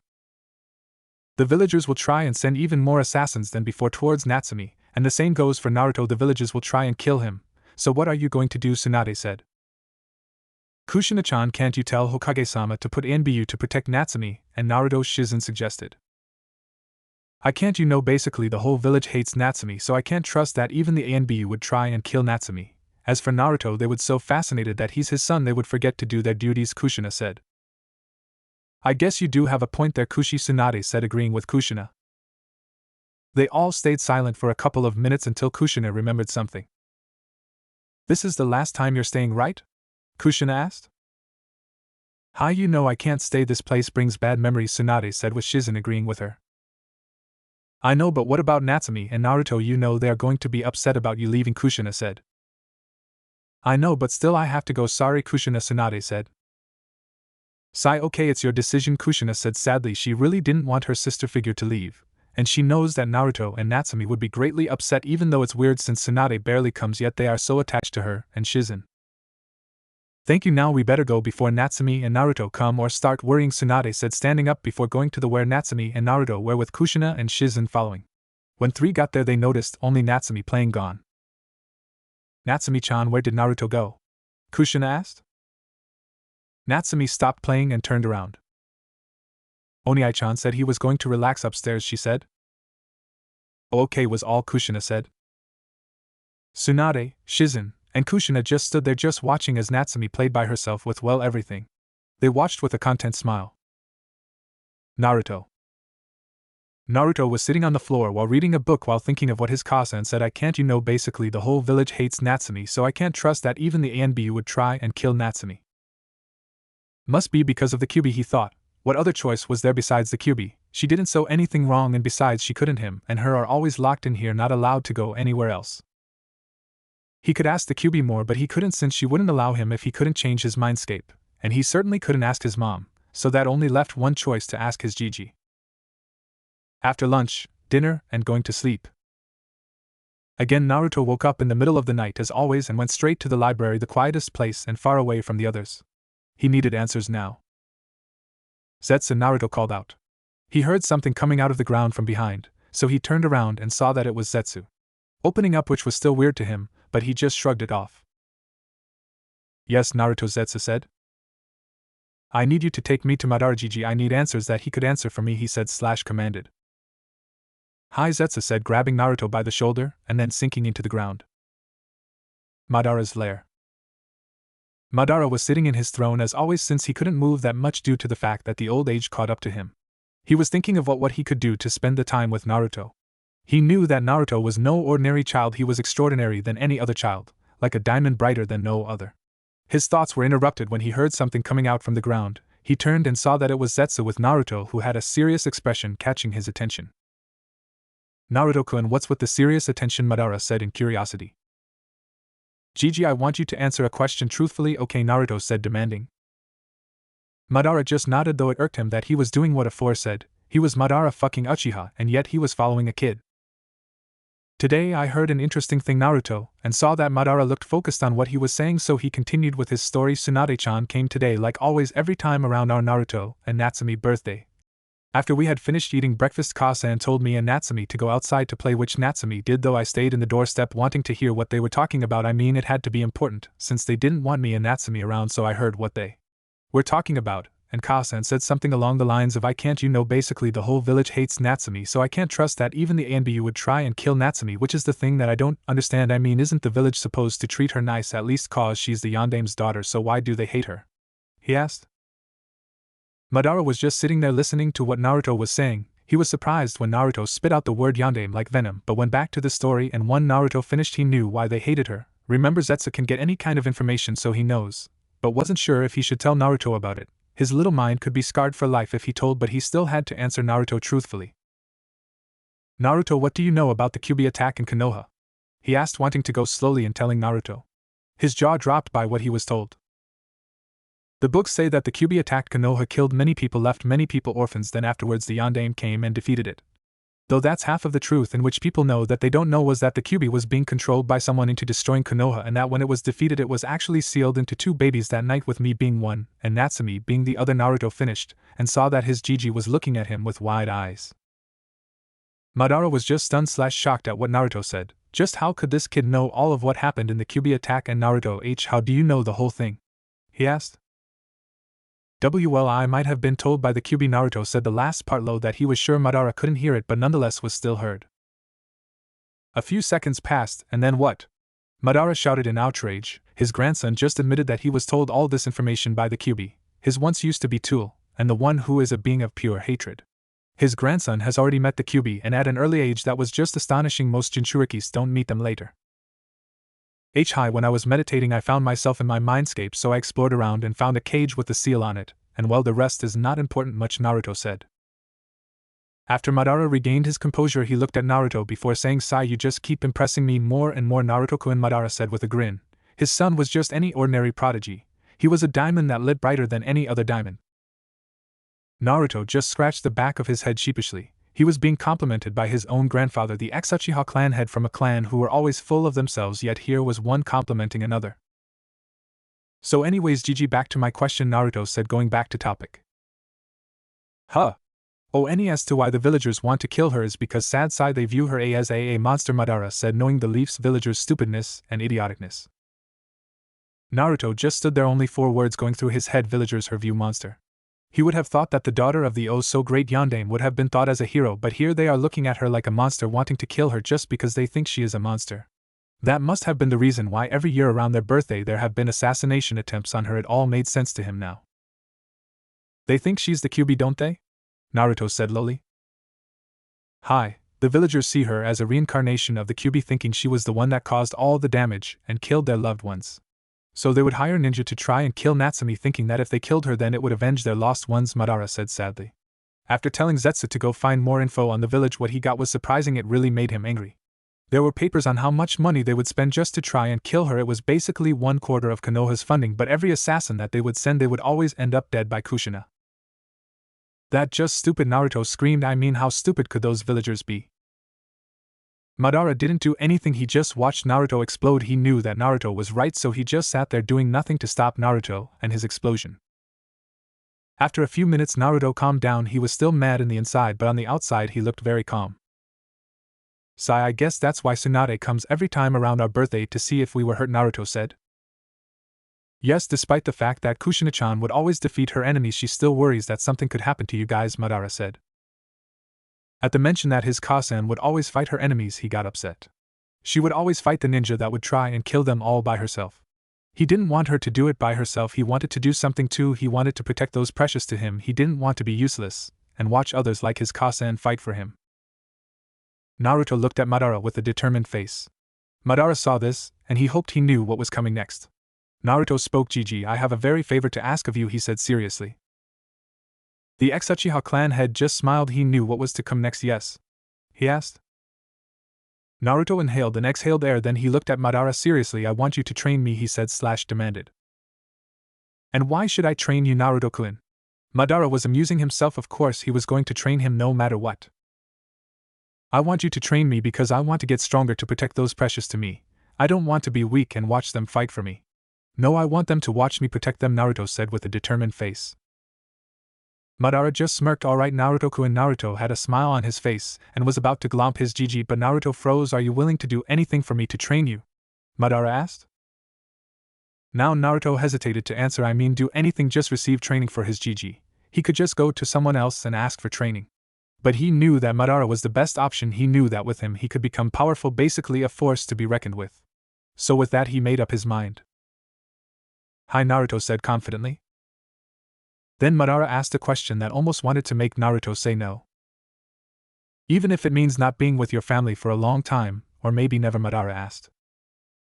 That was what made Naruto want to say no. Not being with his Kasan or his Nei-chan, he didn't know if he could do it. He loved them too much. For him to leave them would break him, knowing he wouldn't be able to be with them. But there was one thing that stopped Naruto from saying no, and that was remembering how his Kasan went through all the trouble just to protect him and his Nei-chan from danger, even risking her own life to make sure they were safe. He didn't want her to suffer. He wanted to be the one to protect her and Natsumi, to go through danger to make sure they were safe, anything as long as they were safe. With that said, he looked at his G and said one word. Hi, Naruto says. Madara smiled. Alright, Naruto-kun, I will train you. Naruto smiled brightly. He would become powerful enough to protect his Kasan and Nei-san, but the downside was that he wouldn't be with them. Nijiji, can we start the whole training in 1 week? Naruto asked. Why is that, Naruto-kun? Madara asked curiously, wanting to know why his new apprentice would hold back his training. Because since I won't be with them, family and precious people, then I might as well spend the time that I have left with them, Naruto said. Madara understood. Naruto might or might never see his family again, might as well spend the time he has left with those he cares about. I understand, Naruto-kun, now go, and remember, in 1 week Zetsu will pick you up, Madara said. Naruto nodded. Zetsu, who was silent the whole time, grabbed his shoulder, and they started to sink into the ground. Soon they were gone. Uzumaki compound. Naruto and Zetsu started to rise out of the ground in the library. Thank you, Zetsu, and I'll see you in a week, Naruto said. You're welcome, Naruto-sama, Zetsu said back and nodded to the second part. Naruto starts going back to his room and Zetsu just sank back to the ground. Bedroom. Naruto came back to his room and saw the sleeping face of Natsumi. She looked so peaceful and cute, too bad that he might or might never see her with that face again. Naruto laid down right next to his Nei-chan. He looked at her one last time before going to sleep, with one thought in his mind. Life sure is going to be interesting from now on. Next day morning. Sochi. Museum. Wake up, it's time to eat. Kushina yelled from the kitchen. Upstairs, Naruto and Natsumi's bedroom. Naruto woke up from the yelling that his mother made. Seriously, couldn't she just come and shake us awake, Naruto thought. He rubbed his eyes very slowly since he didn't have energy after all he had just woken up, so it was natural. After rubbing his eyes slowly, he sat there looking at his surroundings while thinking of last night. Naruto had already made up his choice and it was for the good of his family, so he had to do it. He would always protect them to make sure they don't suffer. He would.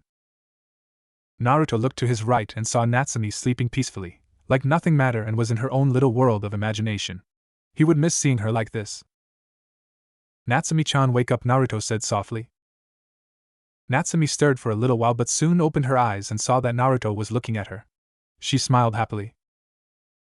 Oni-chan, Natsumi greeted happily. Morning, Nei-chan, he greeted back. Hurry and get ready, Ka-san already called us, he said. Natsumi nodded and quickly got out of her pajamas. She looked at Naruto and saw that he was already done. He was just waiting for her. She nodded to him to tell him that she was ready. They started to walk out of the room and head to the kitchen, where they were sure that their Ka-san/chan had already made the food and she was just waiting for them to come down so she could start. When they got there, they were right. Kushina was sitting there all alone with 3 plates on the table, 1 for her and 2 for them. The food on the plates looked delicious, obviously since they woke up, but nonetheless the way their Ka-san/chan made it was delicious. They moved forward and sat down on the table ready to eat. But first. Good morning, Ka-chan, Natsumi said excitedly as always. Good morning, Ka-san, Naruto said with a smile. Kushina smiled warmly at them. Good morning, Muzum, Sochi. After saying that, then they could start eating it since it would be rude not to greet them first. They ate happily. Of course, Naruto was more happier, but they didn't notice. For Naruto, well, he seemed peaceful. This whole scene was basically beautiful. His mom, sister, and him eating like a family should without worrying about anything else. He knew he would miss this all because of this village, he thought.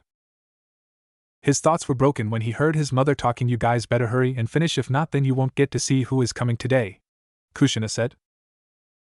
That piqued their interest. Who? They both said at the same time. The one or ones who are coming today are / is. Kushina pauses as the twins lean over. A surprise, she finally said. Both faceful. How could their mother do that? Kushina just laughed seeing their faces. Growls Ka-san, that is not funny, Natsumi said enraged. Naruto just nods. As for Kushina, well, she just laughed even more. She went on for 3 minutes laughing while the other two just grumbled about how unfair their Ka-chan/san was being, where she is being mean again. Kushina eventually calmed down. Okay, but seriously, it's a surprise, so hurry up and get ready. By the time you finish, they should be here, Kushina said. Naruto and Natsumi eventually finished their breakfast and got up to get ready, though they were still wondered who was it. Kushina grabbed the dishes and started washing them with a smirk on her face, hoping they would enjoy their surprise. Minus 25 minutes later. The twins took their bath and got all dressed up. Naruto was dressed in a black shirt with a red Uzumaki swirl on the back and black cargo pants, his spiky red hair pointing in every direction. Natsumi was dressed in a knee-length, purple dress that covered all of her body with sleeves to her elbows, her blood-red hair reaching her shoulders. The both of them started walking downstairs slowly. They couldn't wait to see who it was that was coming to the house. Natsume and Naruto finally appeared downstairs, and who they saw surprised them. There on the table with their mom was Kurinai Yuhi, Anko Mitarashi, Yugao Yuzuki, Hana Inuzuka, Saminuzuka, Mikoto Uchiha. With her was her son Itachi Uchiha and her 4-year-old Satsuki Uchiha. They were surprised, mostly Natsumi, seeing she hadn't seen her Oni-chans, both her mother figures and her best friend, in a long time. Well, if you consider 3 weeks a long time. Naruto, well, he was kind of surprised. He was only happy because now, instead spending time with his mom and sister, he could spend time with those he cared about. He unconsciously grinned. Nei-chans, Tsumoba, Mikoto-oba, Satsuki-chan, Itachi, Niki, Natsumi yelled happily. Said people turned their heads towards the loud-mouthed girl that yelled their names and her brother, who didn't say anything but was just grinning happily in seeing them. Natsumi-chan, Naruto-kun. They all said happily. They just loved the twins so much. Natsumi rocketed towards them and immediately started hugging them like if she hadn't seen them in years, the girls each returning the hug and Itachi giving her a hug too. Naruto, he just came slowly to them and gave a hug to each one of them like Natsumi did, though he did see little blush on each and every one of them, except Itachi, who controlled his emotions, with Satsuki being a little more red, but he just went on like he saw nothing. After that was done, they each settled down. So Natsumi-chan, Naruto-kun, how have you guys been? Anko asked. We're good, but everything is boring without you guys here, Natsumi said /whined. They all just giggled. Natsumi was always like this. Naruto just agrees with her. Well, we couldn't be here because we bear busy, you know, some of us have missions to do, clan things and other things, Mikoto said. Okay, I forgive you guys for now. Just don't forget us again, okay, Natsumi said sternly. Don't worry, Natsumi, we won't, Hana said. Naruto-kun, you've been quiet all this time, why? Sim asked. She had seen he had been quiet this whole time they were talking, only observing them. Naruto was about to respond, but someone else beat him to it. Maybe he's just too shy to talk, Enko said teasingly while the others agreed. But Naruto wasn't going to let that go by. No, it was just fun seeing 6 adults and a teenager get lectured by Miyamoto, who is only 4 years old, Naruto said, snickering. Satsuki, Natsumi and Kushina were also snicker. It was just funny seeing the others blush from embarrassment. Okay, you got us there, Naruto-kun, Yugao said. They all stayed silent for a couple before Kushina spoke up. Muzum, why don't you take Satsuki-chan, Itachi-chan, and Sochi out to play, Kushina said. What, why? I want to spend more time with Wani-chans, and my Oba-chans, Natsumi complained. They just got here, she wanted to spend more time with them. Don't worry, Natsumi-chan, once we finish talking to sensei we will go and play with you guys, okay? Kurenai said with a warm smile, the others agreeing with her. Natsumi complied even though she didn't want to but did. She grabbed Satsuki's and Naruto's hand and started walking outside while Itachi just followed them. Once they were outside, Natsumi, Satsuki, and Itachi started playing ninja with Itachi while Naruto sat on the doorstep just watching them and at the same time hearing what his Kasan and the others were talking about. Kushina and the others. Once the kids were out of sight, Kushina turned to the others with a serious face, telling them that it was time to get down to business. So how many so far? Enko said, breaking the ice. None so far, which is rare because they always arrive the first day of the week, Kushina said, wondering at the same time why haven't they come. Yeah, that is weird, Mikoto said. She worried for the twins and Kushina, but don't let your guard down, they could come anytime, she warned. Of course, why would I, Kushina said. No reason, it's just that for the past 4 years they would always come the first day, so you would never know when they might show up, Some said. I know, but can I tell you guys something? Kushina asked. Of course, sensei, you could tell us anything, Hana said curiously. I've been feeling something about 2 weeks ago, Kushina said, a bit worried. They could hear how worried she was. What's wrong, sensei, are you sick? Yugao said, worried. No, it's just a feeling like something is going to happen. Something bad, Kushina said. You too, huh? A voice said. They turned around and saw the third Hokage behind them looking at them. Gigi, you're here! Kushina exclaimed happily at seeing her surrogate grandfather figure. She was about to go hug him when she remembered what he said. Wait, what do you mean, you too? She questioned. What I meant was that I too was am feeling what you are feeling, Hiruzen said. I am with you on this one, sensei, said 2 voices. They turned around and saw Tsunade with her apprentice Shizen and Jiraiya right behind Hiruzen.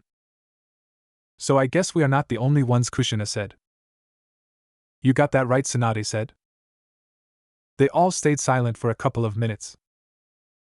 Hey, look, I know you guys have this feeling, but come on, right now we have an objective to complete, we can't be moping around trying to figure this out, Enko said bluntly. The other just nodded. They knew what that object was, and that was to protect Naruto and Natsumi from any harm. You guys are right, we'll figure this out later. Right now we have to protect my Sochi and Muzum, Kushina said with determination in her eyes. They all twins right now were more important, they loved them too much so they didn't want them to get hurt. With that said, the adults all went back over to Natsumi, Naruto, Satsuki, and Itachi. Natsumi, Naruto, Satsuki, and Itachi a few minutes earlier. Naruto, hearing everything he needed to, went back to his sister and enjoyed the time he had with her. Oni-chan, finally you come and play, Natsumi says happily. Sorry, Amuto, you know, since we just ate I didn't want to get a cramp, lied Naruto.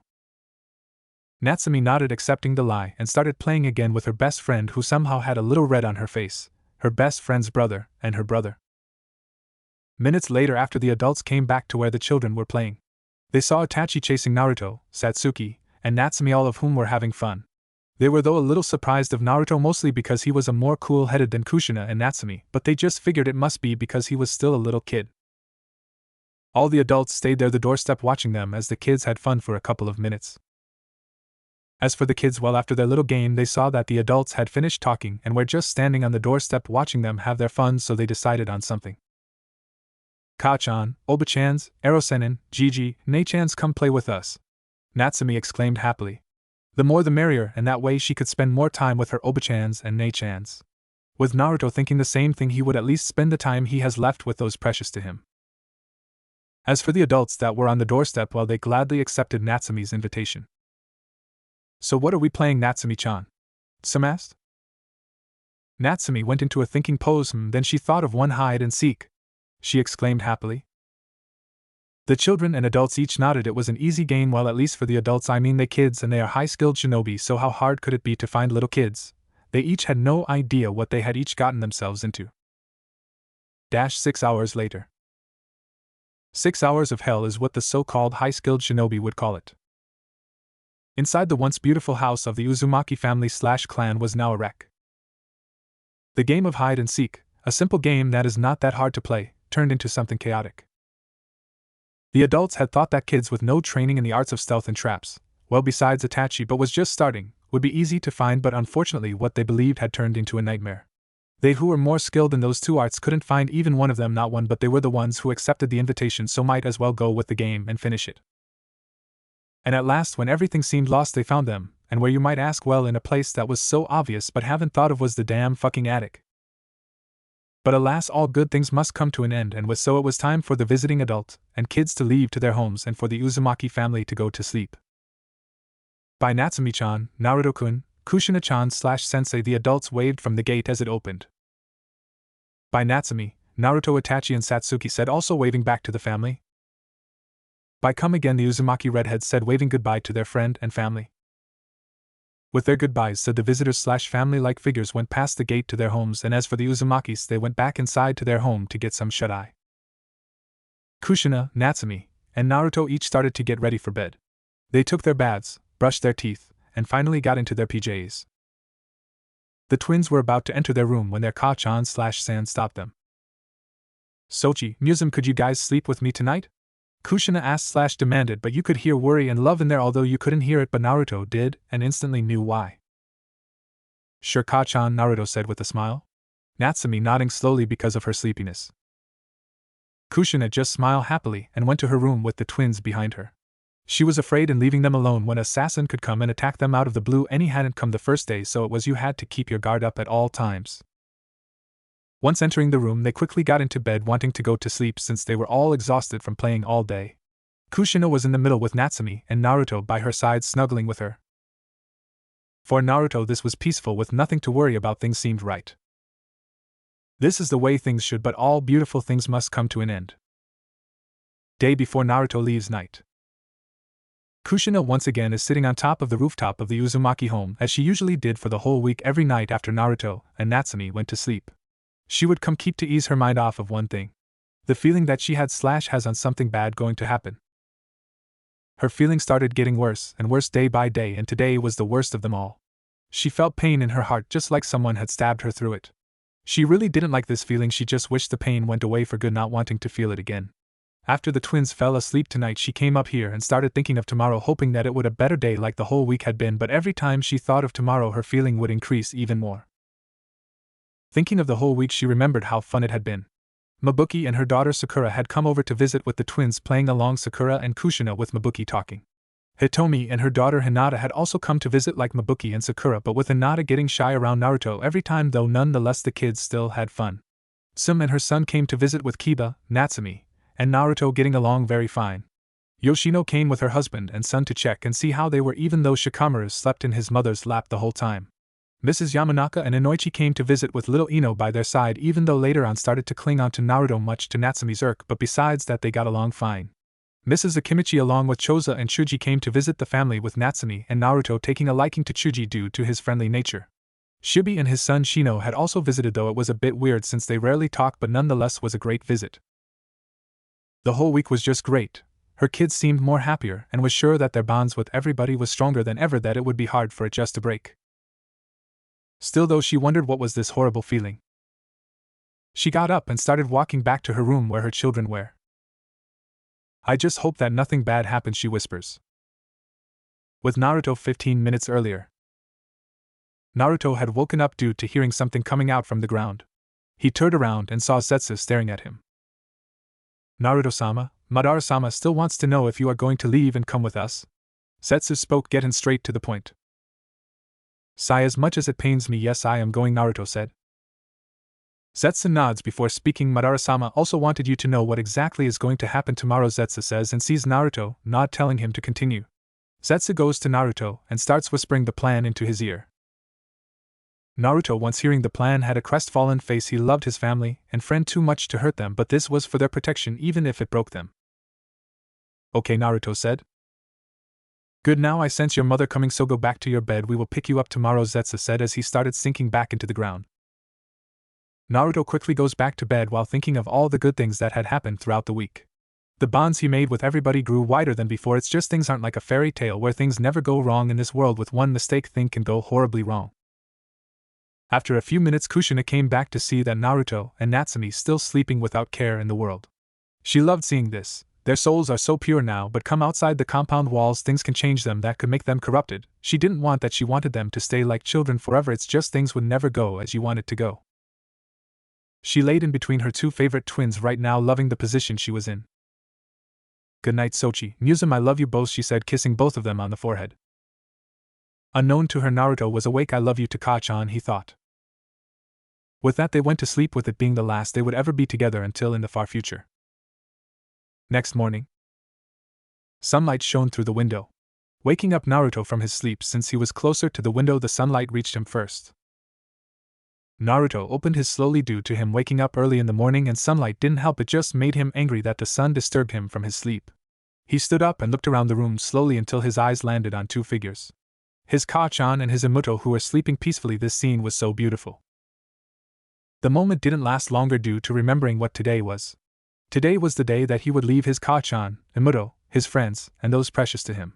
He had to do it, there was no other choice. He would grow stronger to protect them instead of them protecting him. He didn't like to feel weak. He loved them too much to see them get hurt. He once again looked at his Ka-chan and Imuto. Naruto only had two things on his mind. I'm sorry and I love you. Ka-chan, Natsumi-chan, wake up, he said with a smile. He started shaking them. Until the time was right, every second counted, and he wasn't going to let a single one go. He will be with them. Kushina started to stir due to Naruto shaking her. She opened her eyes and saw Naruto awake, looking at her, and Natsumi, who was also stirring. She was confused as to why her son was smiling. He usually woke up with a neutral face due to waking him up early, but this was new to her. She shrugged it off. This week was full of surprises, so maybe this was also a surprise. Good morning, Sochi, sleep well? Kushina said warmly. Yep, I had the best dream, he said, smiling. I'm glad. Now wake up your sister so we can get started on breakfast, Kushina said, standing up and going downstairs. Naruto nods and looks back at his sister. Imuto, wake up, Naruto said, shaking her. 5 more minutes, she said, half asleep and half awake. Oh well, I guess I'll have to eat all the ramen, Naruto said, knowing this would wake her up. And just like he said, she quickly rose up with wide eyes and a face full of horror. Never. She looked around and noticed Naruto laughing. She quickly got angry, knowing she had just been tricked. Growl, Oni-chan, why did you do that? I was having a nice dream, she said angrily. Laughs because it's laugh funny and because Ka-chan told me to wake you up so we could go eat breakfast, he said. Natsumi, even though still mad, nodded. The both of them went to take a shower to wake them up fully. With that said, they each stayed there for 15 minutes enjoying the fresh water while also cleaning themselves. Afterwards they got out fully clothed and fully awake. Sochi, Musum, breakfast is ready, they heard their mother call. The twins started walking downstairs towards the kitchen. They could smell the food as they were going down, and by the smell of it then it would surely taste delicious. Soon they entered the kitchen where the table was set. The plates were full with food that looked very delicious, and there on one of the seats was their mother waiting for them as always to show up so that they could eat together as a family. Sochi, Musum, finally you're here. A couple of more minutes and the food would have gotten cold, Kushina said. Natsumi scratches the back of his head with a sheepish smile on his face. Sorry, Ka-chan, but when we were taking a shower I guess we lost track of time, she said. Kushina nods. Okay, now hurry up and eat, you too, she says. The twins rushed to their seats, not wasting a single second to start devouring their food. Kushina just smiles. She loved seeing that her children just loved her food. She also started to eat, not wanting to be left behind. While eating they talked about what they were going to do for the day. Natsumi said she was going to play in the front lawn with the flowers for 2 hours at least before their friends showed up. Kushina, after washing the dishes, was going to go and play with Natsumi. And Naruto, well, he said that he had found a book in the shelves, while also saying it had only pictures and no words, and was going to figure out what it meant, or what the book was saying. After they finished their breakfast, they went to do their routines. Natsumi went outside in the front lawn of the compound. The sun was shining brightly. The air outside was warm, not being too cold and too hot but warm. The flowers outside that their Kaa-chan had planted bloomed that made the whole scene beautiful. Basically, the whole scene was perfect for a child or adult to play in and relax. Kushina, after washing the dishes, was going to go and play with Natsumi. The day was perfect, and she wanted to relax from all the stress, the horrible feeling she had got to her. Naruto went to go read, but also on the other hand was waiting until it was dark for the plan to work. So he had to do something until the time came, and what other way than meditating? -9 hours later, rather not spend time telling what happens. All of their friends came to visit them as they did like the rest of the week. Mikoto, Satsuki, and Itachi had come. Mabuki and Sakura had come. Inoichi, Mrs. Yamanaka, and their daughter had come to visit while also closing down their flower shop for the day. Anko, Kurenai, and Yugao had also come to visit. Tsum, Hana, and Kiba had come to visit. Yoshino, Shikaku, who was forced to come, and Shikamura had come.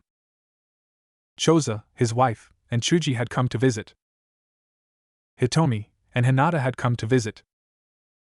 Tsunade, Shizen, Jiraiya, and the third Hokage had come. Now, why might a lot of people come to visit, you might ask? Why, it was both the twins' birthday, even though Natsumi didn't know it, Naruto did. Naruto had come down to play and spend time with them for 5 hours, or that is, until he went back to his room saying that he was tired and wanted to sleep for a bit. -2.5 hours later, 30 minutes before the plan starts. Naruto was sitting in his and Natsumi's room meditating, trying to control his chakra more. Then a noise of something coming out of the ground came to his ears. He turned around and saw Zetsu. "Zetsu, is it time?" Naruto asked, and saw Zetsu shake his head. "No, Naruto-sama, the plan starts in 30 minutes. We just came here to tell you that this is your last chance to turn back," Zetsu said. "I already had made my choice, Zetsu, and I am not going to turn back no matter what," Naruto said, and sees Zetsu nod. "Is everything in place?" Naruto asked.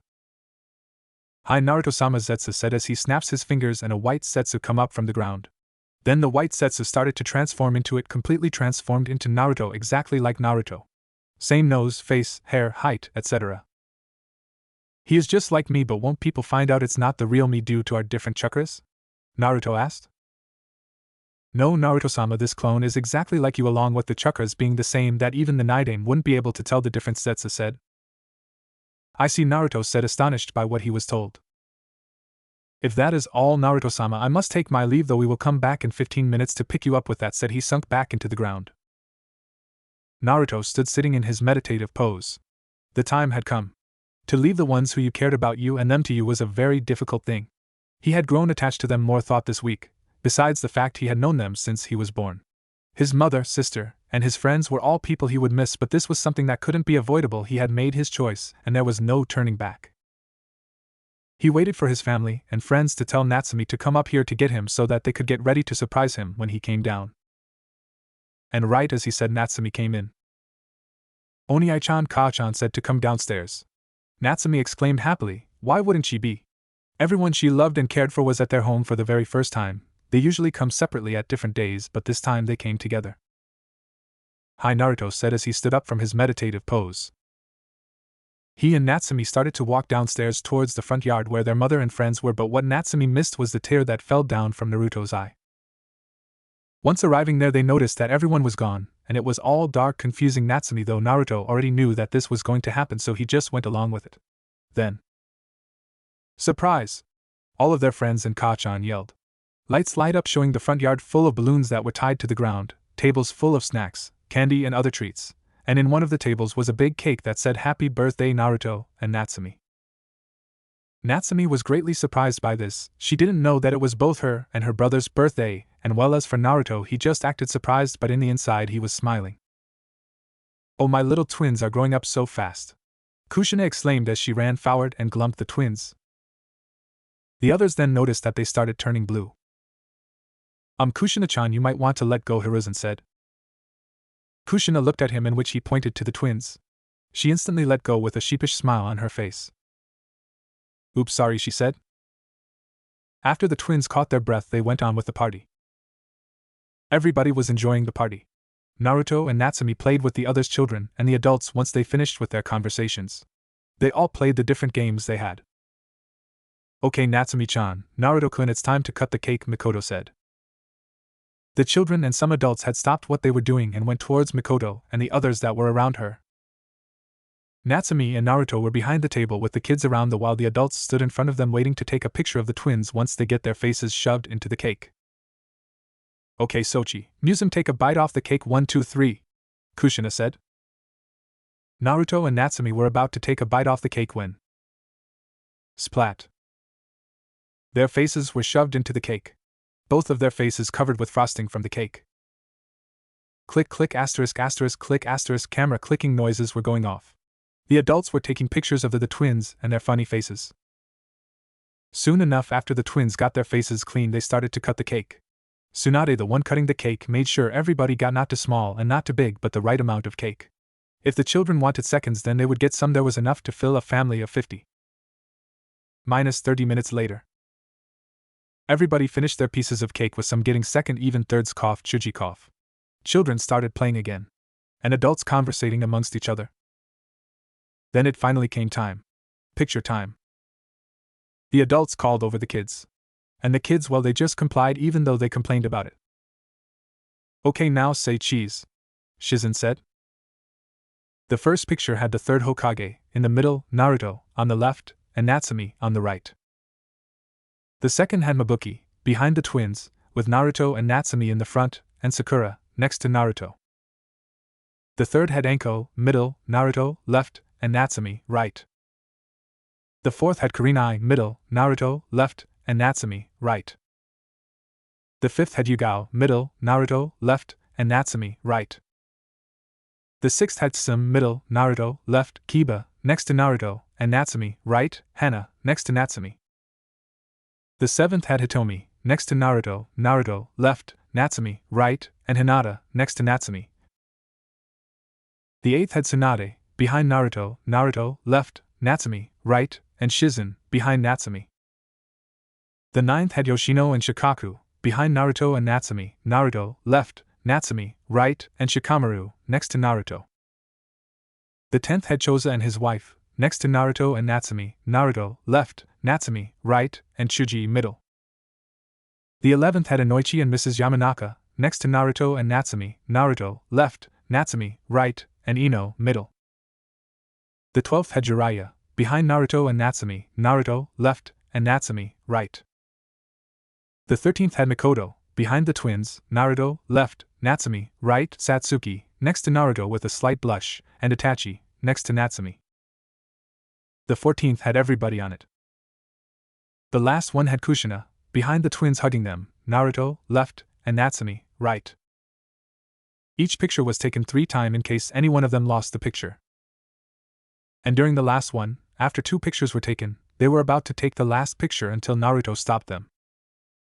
Wait. I forgot something important, Naruto said, commencing the plan. What is it, Sochi? Kushina asked. It's a drawing I made that will be great with the picture, Naruto said, and while it was true he did make a drawing, it was also a part of the plan. Oh, okay, go get it, Kushina said. Naruto nodded and went into the house to get the drawing. He went fast, but not as fast where he was in a rush. With every step he took, he started to remember all the fun and loving times he had with his family and friends. So many memories came, and so did tears. As the others saw Naruto go into the house, they waiting patiently for him to come back, but also made a small conversation in the meantime. 10 minutes passed and people started to worry. He should have been back by now. Maybe I should go check on him, Kushina said with a worried voice. The others nodded in agreement. Kushina started walking towards the house to get her son, wanting to see what was keeping him so long until boom was heard, and so were shouts. Naruto KUN/Sochi/ONI-chan. Everyone yelled. With Naruto 10 minutes earlier. Naruto walked into his room slowly. He looked around the room, wanting his mind to have a picture of it. This was where he slept with his sister. Where she would sleep with him, cuddle with him, and basically hug him like as she were afraid to let go. He went to his and his sister's closet. One side had his sister's clothes, in which she had many brightly colored clothes ranging from bright red to bright green, showing that she had a bright personality. And on the other side was his clothes, in which had many dark colored and a bit of normal colored clothes ranging from black to dark blue and some normal colors like white and red, showing that he wasn't too brightly like Natsumi but had a normal personality. Naruto started grabbing all his clothes from the closet and started putting them in a scroll. Remember, sealing scrolls need chakra for a ninja to put in and put out their things. As he was doing this, every cloth he touched he remembered what memories he had with each one of them. The memories made him break into tears. Each memory had the loving times he had with his family. They were too much for him to take, but this was a thing he had to do. The whole thing took him 5 minutes due to him crying, but got to packing his clothes nonetheless. After finishing and wiping away his tears, he started hearing something come out of the ground. He saw that it was Zetsu coming out of the ground. "Are you ready, Naruto-sama?" Zetsu asked, getting quick to point, not bothering to say "Are you okay, Naruto-sama?" or "Everything is fine, Naruto-sama." "Hi, is everything set?" Naruto asked, wanting to make sure everything was right and nothing went wrong. "Hi," Zetsu answered. A Zetsu clone came out of the ground before transforming into Naruto. He had a paper with him which he assumed was the letter. He then heard the clone say "Kai," in which the room changed. There were many explosive tags in the room. There was an explosive tag in each corner of the room, the bed, closet, and there was one on the floor 3 feet away from the clone. "I see," Naruto said, still impressed by how everything was set. "So when exactly do they explode?" Going back to the explosive. "They will explode in about 3 minutes, Naruto-sama," Zetsu said, "so it will be better if we start leaving before they explode. We wouldn't want you to actually die," Zetsu said, not wanting to face Madara's wrath if the boy came back dead. Oh, he scratched the back of his head and had a sheepish smile. "Sorry, I forgot," he said as he went to Zetsu and grabbed onto him. Then both him and Zetsu started sinking into the ground, ready to go to Madara's lair to start his training, leaving the Zetsu clone behind with the explosive tags with him and the letter. A minute later. Boom. Naruto Kun/Sochi/Onai-chan. The Zetsu clone heard. With the others. Kushina, Natsumi, and the others ran inside the house, going towards Naruto's room. They could hope that they would reach Naruto so that they could heal his injuries fast. They all quickly ran upstairs and quickly reached Naruto's room. They smashed the door open. Tsunade cough. And what they saw was horrifying. The room had fire around some places due to the explosion. The bed, the closet, the clothes were all burning. There was a huge hole in the wall that had the window on it, but now isn't there.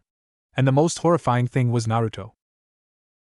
Naruto lay on the right side of the room. His face was pale and all bloody, and his clothes were burned. Naruto had one thing on his chest in which looked as if it was a drawing. He looked as if he was very sleepy, which sent them into panic. They rushed towards Naruto. "Sochi!" Kushina yelled, going down on her knees, putting his head on her lap while also starting to cry. "Keika-chan?" coughed Naruto said as he coughed up blood. "Keika-chan, why does my body hurt?" Naruto said weakly. "Don't worry, Sochi, Tsunade is gonna heal you so it won't hurt anymore," Kushina said, crying. Tsunade quickly got down on her knees and started healing Naruto, ignoring her fear of blood. While healing Naruto, she noticed something. "Kushina, his injuries are too severe and he has lost too much blood already," Tsunade said, as she saw Kushina, Natsumi, Mikoto, Satsuki, Itachi, Jiraiya, Hiruzen, and the others get a fearful face. "I don't think I can save him, Kushina," she said as tears started falling down her face. Why did it have to happen again? Why must someone she care about always die? It looked like as if even when they didn't have the necklace they still died. Kushina shook her head frantically and "Oh, do something to save him, to save my Sochi, I don't care what it is, just do it," she yelled. "Kushina," Jiraiya said sadly. "She can't," he said. Kushina was about to yell at them until Naruto's voice stopped her. "Keika-chan, I feel sleepy," he said weakly. Kushina had a face full of horror and "Oh, Sochi, don't fall asleep," she said with tears running down her face. The others started crying. "Keika-chan, see, can you see if you like the drawing I am made?" he asked Kushina. Kushina shakily grabbed the picture and looked at it. And what she saw made her cry even more. On the drawing it had a drawing of her, Natsumi, and Naruto together holding hands with badly written letter on top that you could barely read, but she managed to know what it said. It said, "The best family I could hope for in love." Natsumi went to her mother wanting to see what it was that made her cry more. When she saw the picture she also started to cry, and while she didn't get what the words said, she understood what the drawings of her mother, and her brother meant. The others, also curious, went to see. They each were touched dearly. This child of only 5 years old had a pure heart full of warmth and which was now about to be extinguished. Why would someone want to destroy a happy family by killing a mother's child, the most horrible way to hurt a family? I love Hikatsuchi, Kushina said. Naruto smiled weakly. Thank you. Naruto paused a bit before started talking. Hey Gigi, Naruto called out, and seeing the third nod he continued. Erosen, and he saw Jiraiya nod. See, can you G guys make sure the Kachan and Amuto D don't cry when I fall asleep, he said. They nodded, though they wondered if he knew what was going on or what was going to happen to him. You are not going to fall asleep, Sochi, you hear me? Kushina yelled. Naruto chuckled weakly. Sorry Kachan, I guess I will have caught to disobey you just this once, he said as he slowly started to close his eyes. Sochi, Kushina said frantically. Good night Kachan, Emuto, I love you. With those last 3 words said, Naruto closed his eyes. Sochi. Kushina started to shake Naruto. Sochi. She shaked him even more to see if he would open his eyes, but didn't. Sochi. She yelled one last time.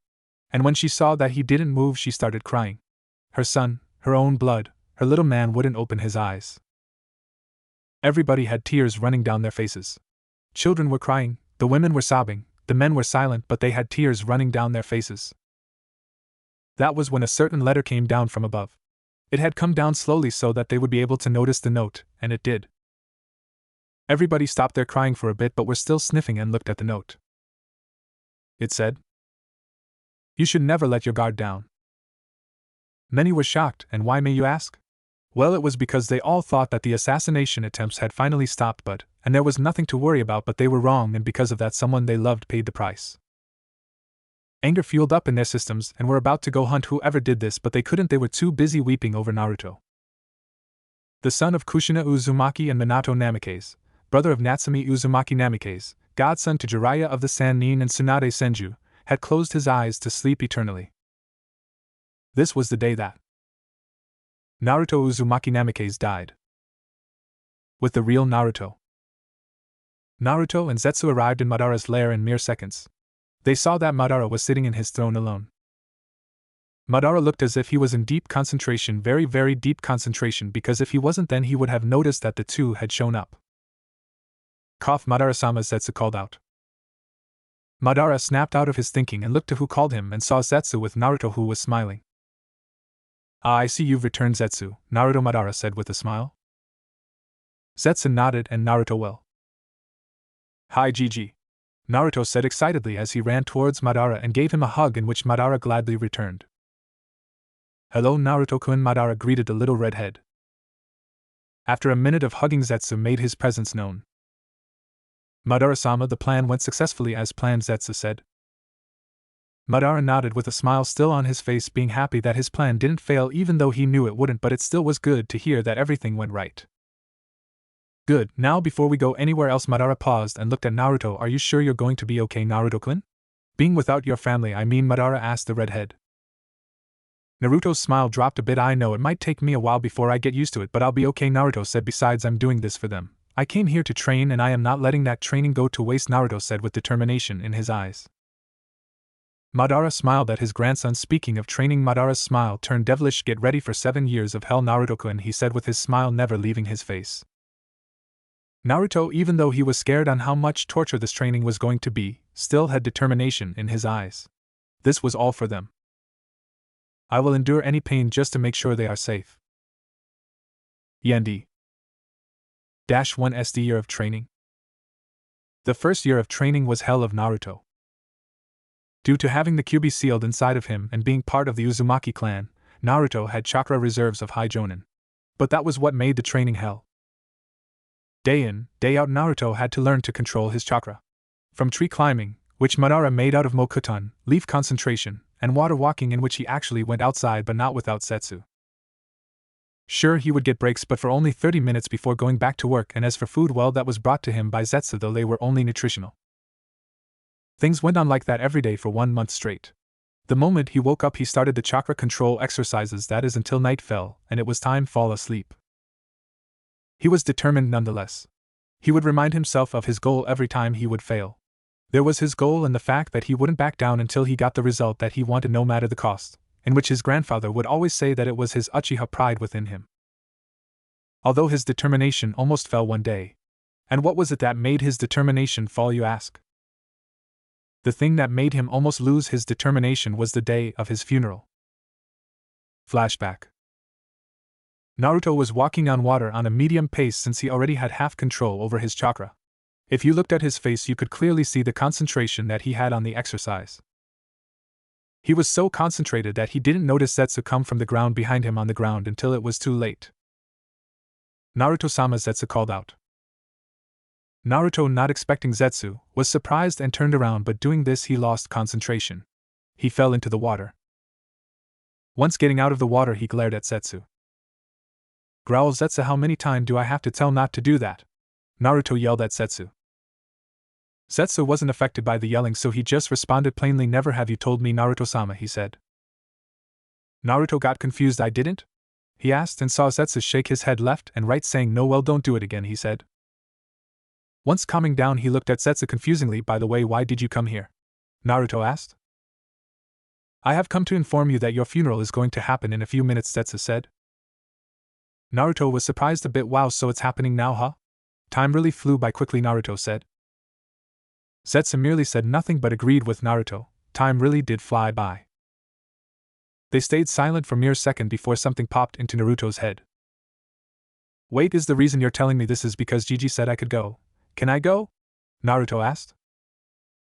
Hi, Madara-sama said that you could go, but we will have to be encasing you with one of our clones' body, Naruto-sama, Zetsu said.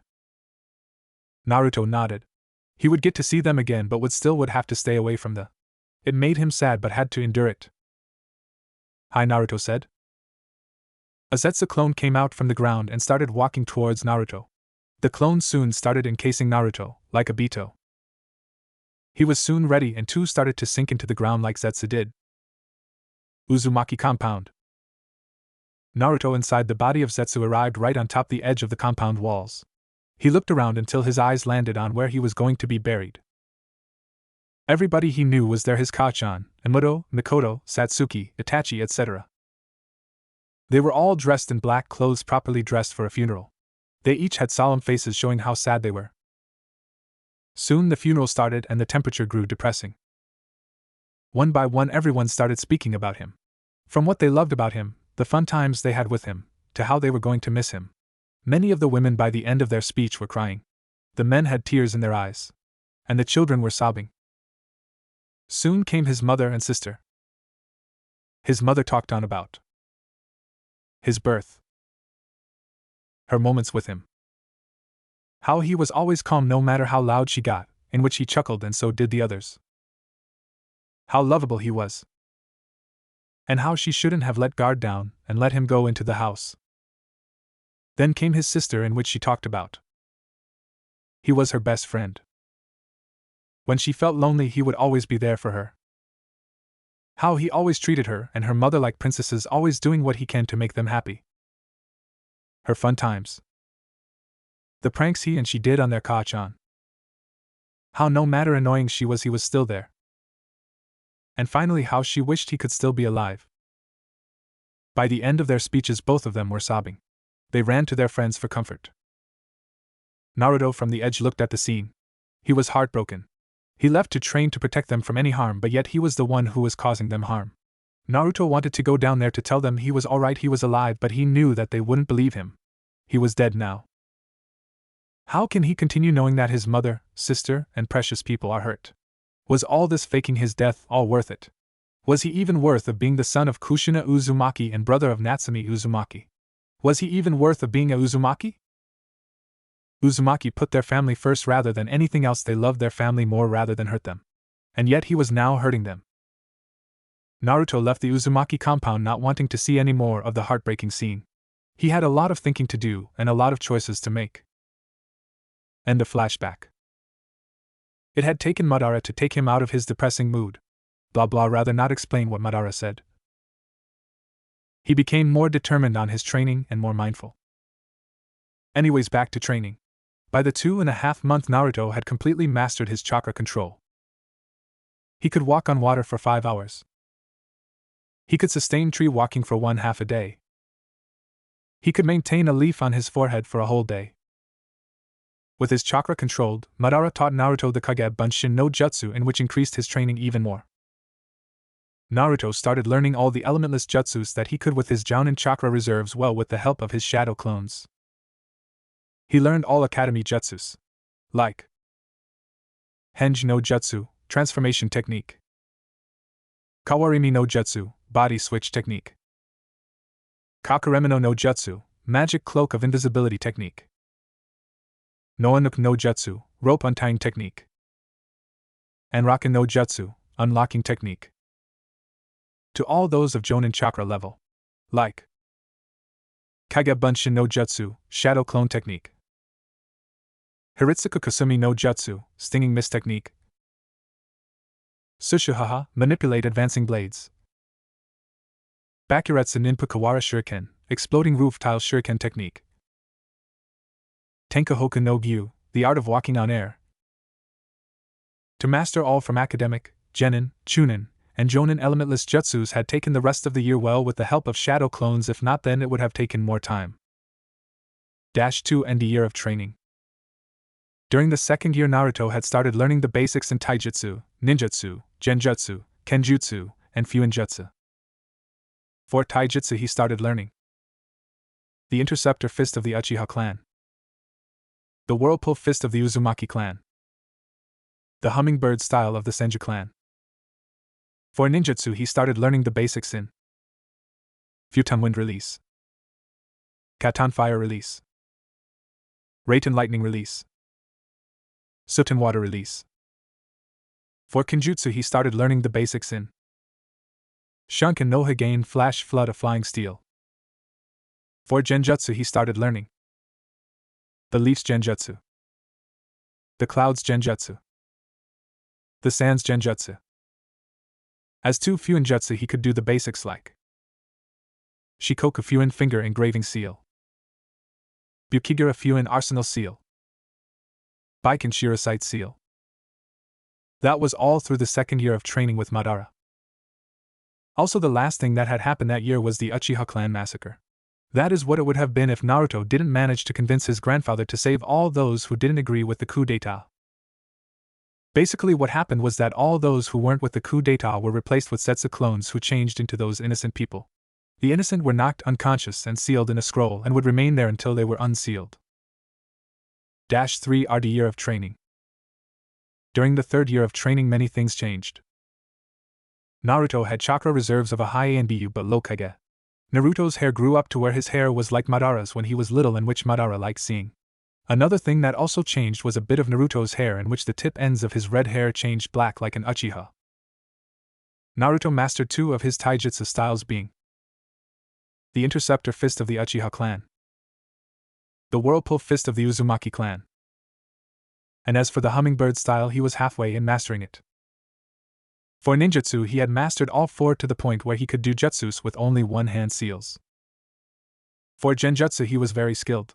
He had mastered all 3 and started learning other genjutsu like Rock Genjutsu. For kenjutsu, Naruto had completely mastered the Shunken no Higain Flash Flood of Flying Steel and started learning 2 other kenjutsu styles like Sobigai Debasatsu Close Quarters Knife Combat, Hakayakuken no Kata Destruction Reaped in a Single Sweep. As for fuinjutsu, he grew from the basics where he could now do seals like Fuinjutsu, Sanho Fuin Sealing Technique, 3 Directions Seal, Gojio Fuin 5 Elements Seal, Gojio Kaien 5 Elements Unseal, Fuja Hoin Evil Sealing Method. Though with help of his shadow clones he finished his third year of training with Madara. 4th year of training. The 4th year of his training with Madara was where it really got interesting. Naruto had mastered taijutsu styles, genjutsu, kenjutsu styles, and was a master in fuinjutsu according to Konoha, but he still kept on going. During the first 1 month of the 4th year, Naruto had acquired the Sharingan with 1 tomo in each eye. The 3rd month of the 4th year, Naruto had 2 tomo on his Sharingan. And during the 4th month of the 4th year, Naruto had a full matured Sharingan. Then during month 5, 6, 7, Naruto had spent his time trying to learn everything of the Sharingan, like its strengths and weaknesses, but he also had help with Madara mentoring him. Month 8, Madara had Zetsu find what he could on Minato to see if the father of his grandson had any bloodline. When Zetsu came back he told him that he didn't, but was surprised on what he found. Minato Namikaze was not just an orphan but was from a clan. Namikaze was given to him in order to protect him from enemies. Minato's name was actually Minato Senju Namikaze was the son of Hashirama Senju and a woman named Himiko Namikaze.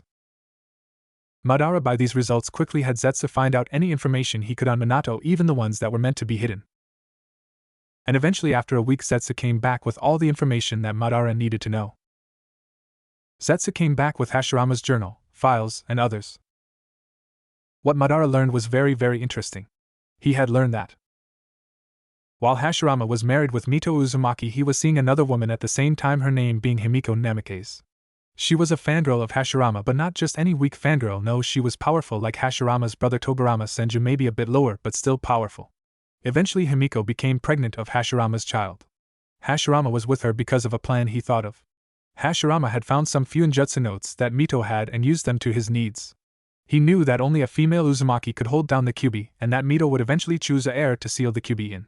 When his child was born he used Fuin, Bodhi Jikantaketsu, seal, body time freeze.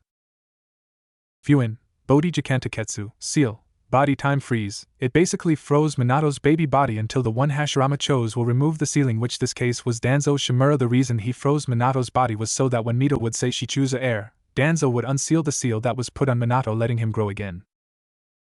The plan exactly? Put Minato and the female Uzumaki Jinchuriki together to produce powerful female Uzumaki for Konoha to use as weapons for Konoha and breeding stocks, that and to produce a powerful heir to the Senju clan. And in this case the female Uzumaki Jinchuriki was Kushina, his daughter, and which made him furious. The destruction of Yuzushiogakure was as planned, the kidnapping of Kushina by those Kumo ninja, everything. But what wasn't planned was Kushina's revival after Kyuubi's attack, in which they thought she would die. Madara smiled, was furious but happy that his daughter Hashirama's, his sons, and Danzo's plan. After reading all the information that Zetsu had brought him, he decided to let Naruto know. But when he told Naruto, Naruto was furious of what he was told Konoha would pay, with their lives, every single one that betrayed the Uzumaki clan. Madara looked into Naruto's blood to see if Mokuton had passed on to him, and surprisingly it did. So that meant he also had Doton Earth Release. So Mokuton training had to come after he mastered Doton Earth Release. But mastering Doton Earth Release came easy due to his shadow clones and the Sharingan. The whole mastering Doton Earth Release had only taken him 2 months. That was when Madara started training Naruto and Mokuton would release. Naruto had made shadow clone of 100 with 50 going to sleep and 50 helping him, and Mokuton would release. The reason he had 50 clones going to sleep was so that once dispelling a sleeping clone he would be awake again. The whole rest of the year was spent trying to master Mokuton would release. 5th year of training. Throughout the 5th year, Naruto was basically a combination of Madara and Hashirama when they were in their glory days. During the 5th year, Naruto had completely mastered Mokuton would release to the point where he was on par with Hashirama. Throughout the training, Naruto had unlocked his Manjikyu Sharingan, with its form being a black pupil surrounded by a 9-point star. Naruto couldn't do techniques that came with the Mangekyo, knowing that the more he used them the more his vision will fade away. Naruto had also started taking an interest in the gunbai just like Madara. So with the help of his grandfather, Naruto started learning how to master the gunbai just like his grandfather. Also Naruto was starting to learn the Hiraishin no Jutsu, Flying Thunder God technique, and Rasengan, Spiraling Sphere, due to Madara having Zetsu invade the Uzumaki compound and copy the techniques down so that Naruto may learn it. Naruto was now allowed to go outside. He ate clones and sent them to different parts of the 5 great nations. He sent one clone to the land of Earth to the capital and another to Iwagakure, both to live there. He sent one clone to the land of Lightning to the capital and another to Kumogakure. One clone to the land of Water to the capital and another to Kirigakure. One clone to the land of Wind to the capital and another to Sunagakure. The clones that went to the capital would do what they could to get in good terms with the daimyos. The ones who went to the villages would do what they could to get in good terms with the kage of the village. One more thing that Naruto told his clones to do was develop bonds with others in the villages. And finally Naruto created 2 clones and sent one to the land of fire, and the other to Konohagakure. For the first clone he would try and get in good terms with the daimyo. As for the other, he would go to Hokage and use Koto Amatsukami on him to let him join the A and B ranks. Replacing the old monkey's mind with the fact that if anyone noticed him and asked about him, the old man would say that he was on a long-term mission and just got back. Despite his age, he was powerful, that was why he was on a long-term mission. And things went smoothly. Another thing that he put in the old monkey's mind when he used Kotoa Tsukumi was that he was to be assigned to protect his sister when she came out of those compound walls, in which would be in 1 year. He was also to be assigned to protect Satsuki and Mikoto, the other survivor of the Uchiha clan massacre due to unknown circumstances. That was all through the 5th year. The 6th year of training. Naruto was basically a god on Earth. Things went smoothly for Naruto. Naruto could now do ninjutsu with no hand signs. His taijutsu styles were perfect, no flaws or anything. His genjutsu were off the charts, and with his Sharingan his genjutsu was breakable. His kenjutsu styles were flawless. And as for his fuinjutsu, Naruto was basically like 5 fuinjutsu master in Uzumaki terms, but he still kept on going. Naruto had also completely mastered the Hiraishin no Jutsu, Flying Thunder God technique, to the point where he didn't need a kunai like Minato's 3-pronged kunai. Instead he could now do it with any shuriken and any kunai. As for the Rasengan, spiraling sphere, Naruto had been able to put all the elements into it unlike Minato. He even took the Rasengan, spiraling sphere, to a new level to the point where he created a lookalike to the Rasengan called the Rasenringu, spiraling ring, or Rasen ring. As for his clones, the one in the land of Earth's capital was almost in good terms with the daimyo. In fact, he was invited to join as one of the daimyo's personal guards. The one in Iwagakure attended the academy there, and was their rookie of the year for a year before he graduated and became genin to soon become chunin by promotion, in which got him good terms with the 3rd Tsuchikajinoki. He had also formed bonds with his granddaughter to the point where she had gotten a crush on him. The one in the land of lightning was doing great actually. The clone was in very good terms with their daimyo. He was even one of the personal guards chosen to protect him. The one in Kumogakure attended the academy for half a year before he took the genin exams and graduated. That was until 2 months later he was promoted a chunin. Naruto had also made bonds with a special jonin named Yujito, who he found out that she was the Jinchuriki of the Nibi no Nikomata. He had also made close brother bonds with the 4th Reikijay, who was very muscled and very thick-headed. His brother Killer Bee, who was the Jinchuriki of the Hachibi, and also a very bad rapper. Then there is Samui, who was mature, calm, and generally silent and only speaking when needed, and despite her cold attitude she was very nice to only those who she considered friends, and cough crushes cough. Then was Karui, who with him got along very well due to both being redheads, and the fact that on the first day they both met he said she looked cute with her red hair causing her to blush. Then there was Omo, a boy who always overthought things, causing people to become annoyed, though it was always funny to see his face. The third to last person that Naruto had met in Kumo was Atsui, who has a rather hot-headed and spirited attitude and prefers attacking his enemies head-on, leaving him entirely devoid of any support at times. He has a tendency of saying the word hot. The second to last person that Naruto had made bonds with was Dari, a guy who easygoing and mellow individual, and is also evident through his lazy and languid way of speaking, oftentimes referring to things or events as being dull. And finally, the last person that Naruto had made bonds with was Mabui, the assistant of his brother A. Mabui remained calm in stressful situations and immediately completes the tasks she was given. She is also known to be very respectful. Naruto usually took her out of her job to take breaks, in which she gladly liked about him. He always thought about others than him. The one in the Land of Wind was in an O.K relationship with the daimyo, not too good and yet not too bad. He had also become a personal guard to the daimyo. The one in Sunagakure also attended the academy for a bit, and like Kumogakure he quickly took the genin exams. Not too long after he had become chunin due to promotion. Naruto had also made bonds with Tamari no Sabaku, the oldest child of the Kazekage. She prudent, stoic, and blunt individual who is rarely afraid to speak her mind. Then there is Kankuro no Sabaku, the second child of the Kazekage, and one noticeable personality trait he displayed was an apparent dislike for children due to the fact that when they first met he was very brash towards him until they later on got along well. And then there was Gaara no Sabaku, the Jinchuriki of the Ichibi and the youngest son of the Kazekage. Gaara was emotionally withdrawn and strangely silent, as he was consumed with loathing towards everyone but himself and mother. That was before Naruto had come into his life. He had formed a brother bond with Gaara, taking Gaara out of his shell and start talking more with his sibling rather than only threatening them and ordering them around. Naruto had also fixed Gaara's seal despite the Kazekage's disapproval, but nonetheless Gaara was allowed to talk more to the Ichibi, allowed to sleep, and allowed to control his sand more. And lastly, with the Kazekage, Naruto was in a rocky relationship with him due to him fixing Gaara's seal without permission, but nonetheless was okay. The one in the Land of Water was where he had difficulty but was in good terms with the daimyo. He was up to where he could now advise the daimyo, but he was also the personal guard to the daimyo. Then the most difficult one out of all the villages was Kirigakure. It was basically war within the mist. When children were sent to the academy, those wishing to graduate had to fight to the death, and only those who survived could advance to the ranks of the ninja, in which Naruto did, basically killing his whole class with ease. Once out of the academy, they were sent to fight against those who had Kekkei Genkai. Naruto, on the other hand, didn't do none of that. Instead, he placed those who were against the ones who did have Kekkei Genkai to believe they killed them. Naruto, through within Kiri, gained the rank of Jounin, and was to be believed one of the best in Kiri. But he was also helping the rebels by giving info to them. Naruto quickly made a bond with Mei Terumi, the leader of the rebels. She is usually kind and peaceful, speaking well of others and attempting to avoid conflict. She is also an extremely powerful kunoichi, and within 2 or 3 more years she would be at the rank of Kage.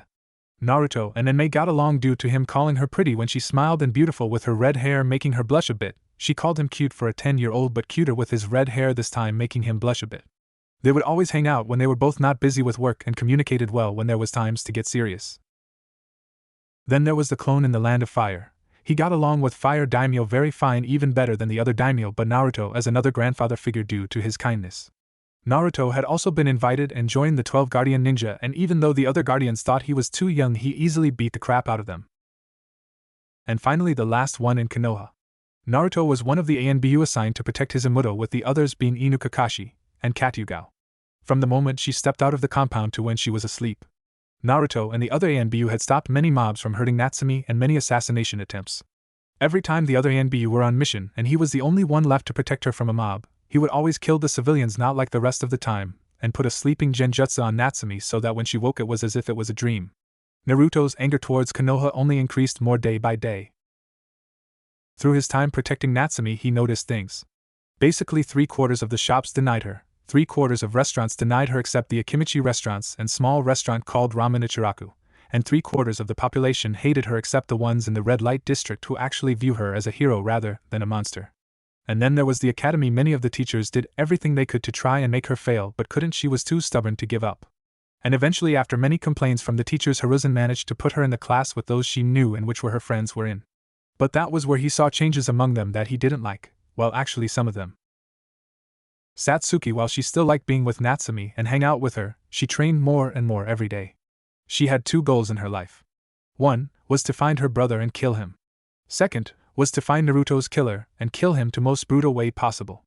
So Satsuki had chosen the path of revenge, in which he didn't like, but he couldn't do anything. He was dead as far as they knew. Sakura, she less confident. She didn't like the size of her forehead, and because of it she was day by day being bullied. Ino, she was basically the gossip queen of the academy, and that meant if there was something good that caught her interest she would tell everybody. She was still busy as ever, which meant that she hadn't changed that much. Shikamaru, he only hang out with Chuji, Ino, Kiba, and Natsumi.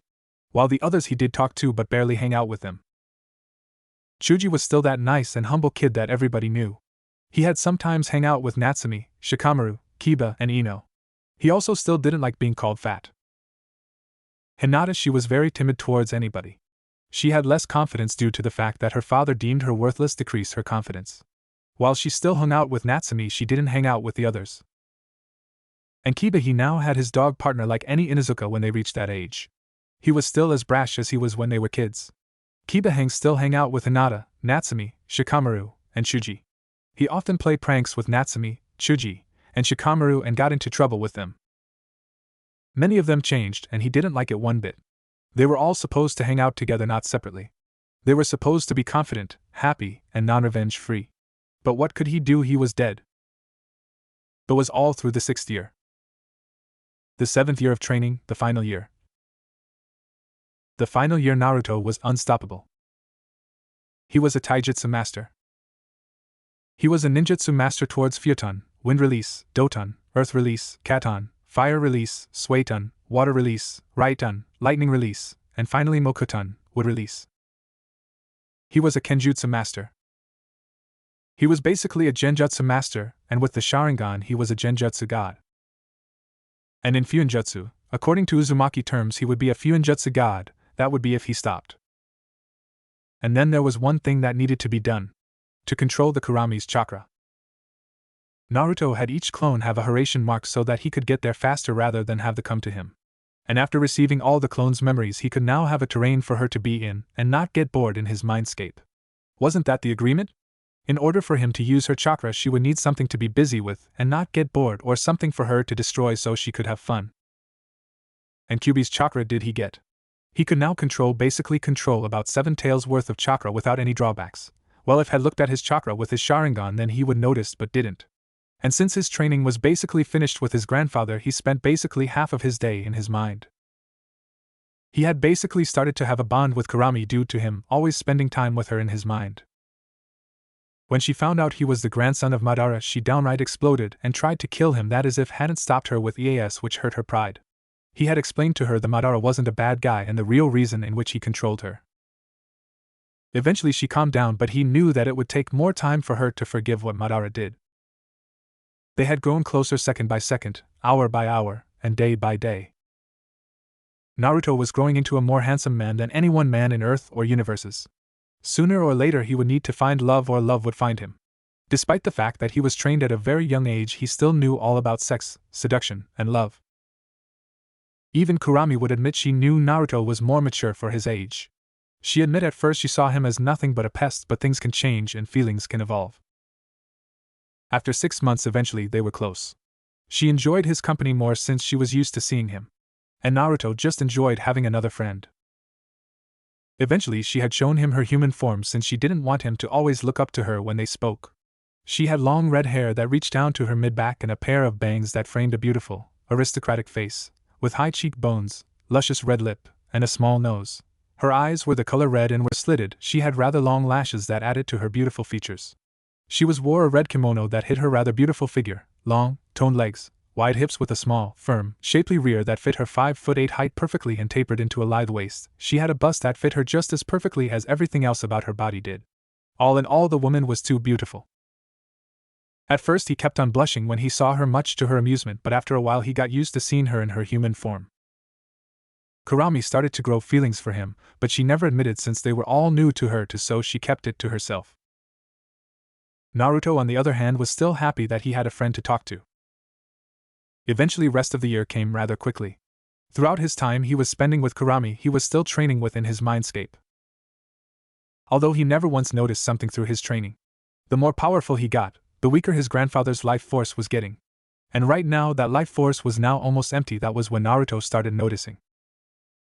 Naruto knew that by the time the year ends, so will his grandfather's life. He knew that his Jiji's death will impact him hard, but he had to stay strong. He was an Uchiha elite, an Uzumaki, and a Senju. He was not weak.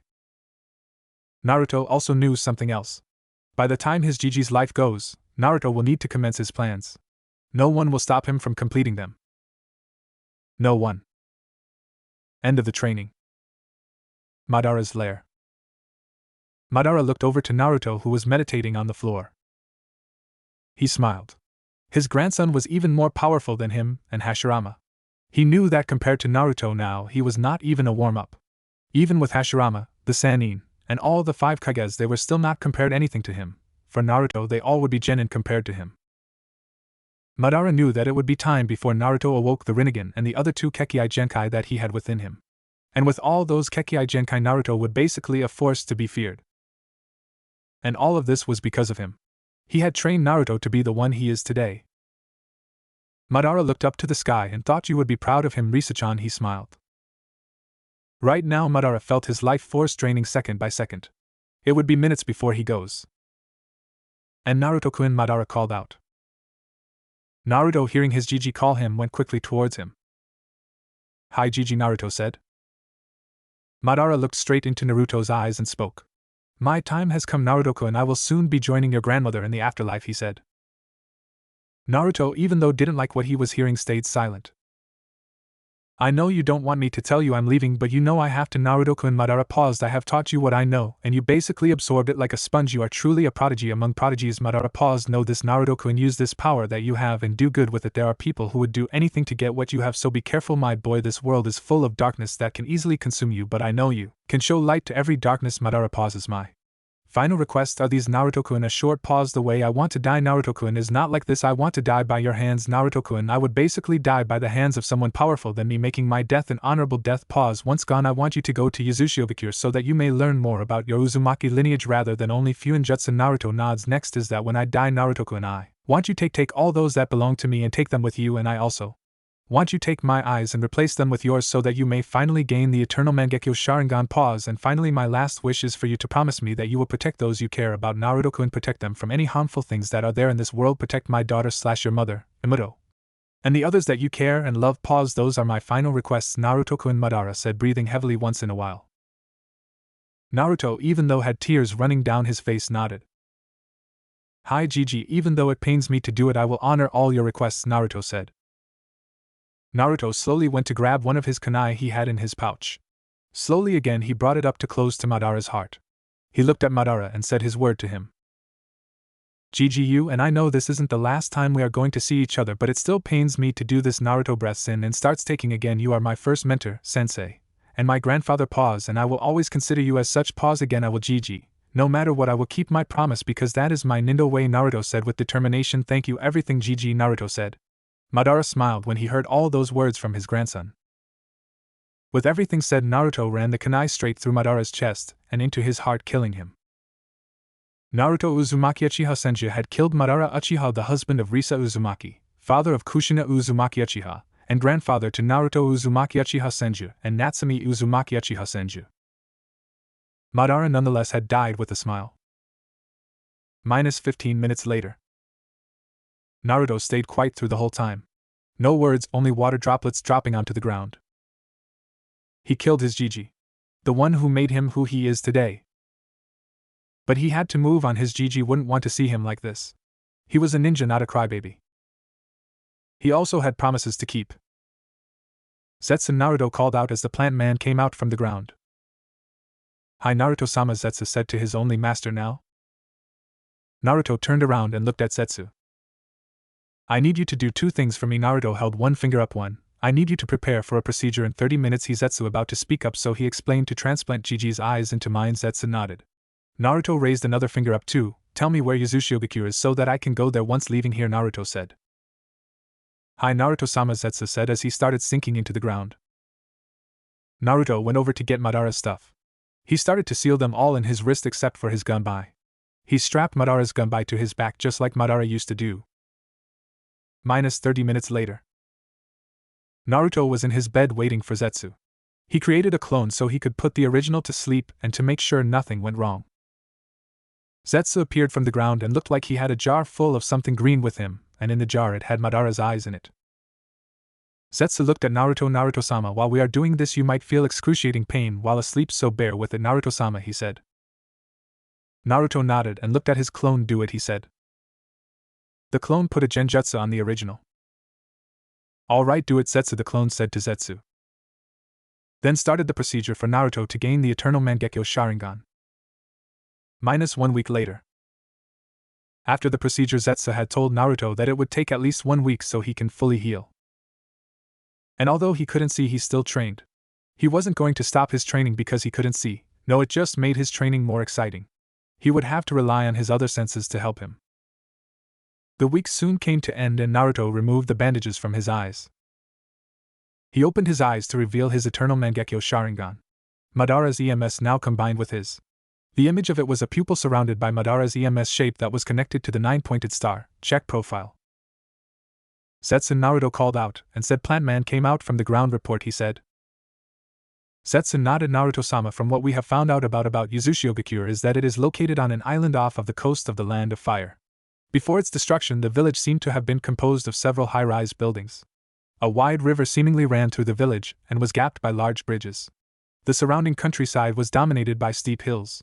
But now the buildings are torn down, bridges are gone, and the whole village is nothing but a ghost town, Zetsu said. Naruto looked down solemnly. His family's village was gone. Innocent families gone. Then Naruto remembered what Madara told him. It was all because of Konoha. They let his home country die without no remorse, even though they were supposed to be allies. They were supposed to protect them. And Konoha had the decency to put his clan symbol on their joun and vest like they are still allies. No! He wasn't going to let that be. They destroyed his home and killed families that were innocent, so he was going to do the same. The Uzumaki clan will be avenged one way or another. Naruto's EMS started spinning wildly. Zetsu, let's go, Naruto said. Konoha's time will come eventually, but right now we have a village to rebuild, he said. Yuzushiogakure will return. Naruto was now walking of the coast of the Land of Fire. He was wearing a standard Uchiha outfit, a black shirt with a high collar left slightly open and the clan's crest on its back, with black pants and bandages around his shins. He also wore on top a crimson armor with numerous metal plates, forming protective guards along his chest, waist, shoulders, and thighs. On his back he had Madara's Gunabi strapped to his back. His hair was to waist length with shoulder-length bangs framing the sides of his face, covering most of his right eye. Right now he was talking to the boatman. "Can you or can you not take me there?" Naruto asked the boatman with narrowed eyes. "Look, kid, that island is nothing by a ghost town. I don't know why you would want to go there, and besides, even if I did, I wouldn't be able to get past the whirlpools that surround it," the boatman said. Naruto sighs. He starts adding chakra to his eyes. With his Sharingan, he whispers, "Sharingan, Genjutsu." The man stiffens. "Hi Naruto-sama," he says. Naruto steps into the boat as the boatman goes to start the engine of the boat. "Soon I'll see my Ka-chan's home country," Naruto says under his breath, "and I'll bring it back to its former glory."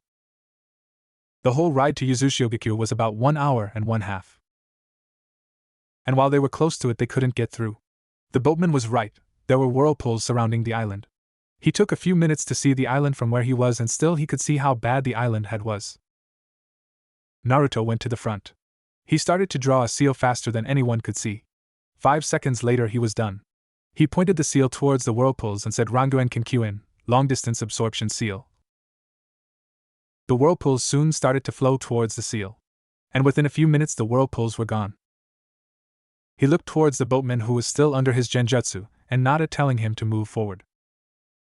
They went towards Uzushiogakure. The boat soon on shore.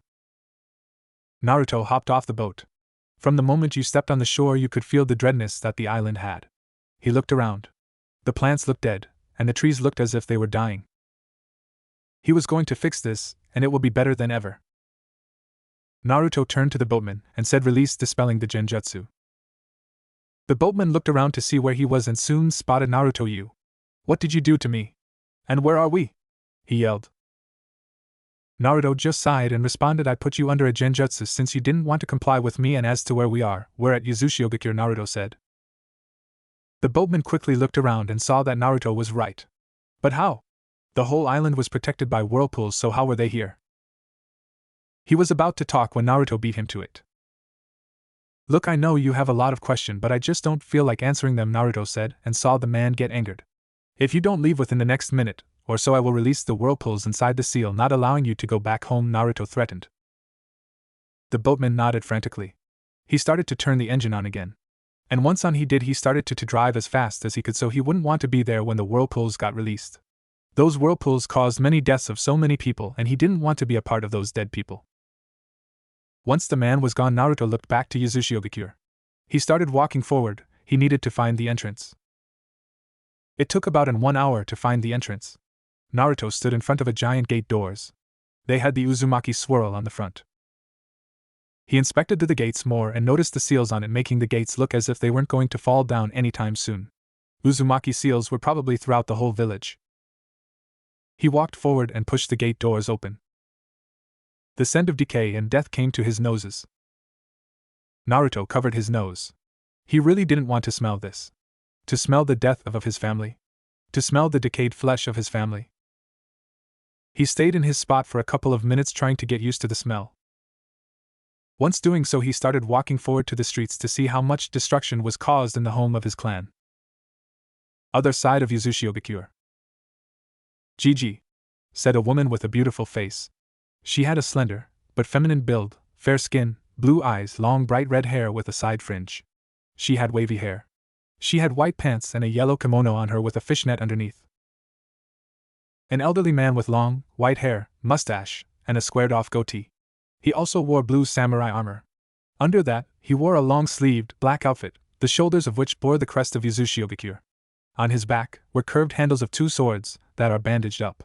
He also wore a forehead protector with the Uzushiogakure symbol etched into it. He turned to the woman. "I know," he said.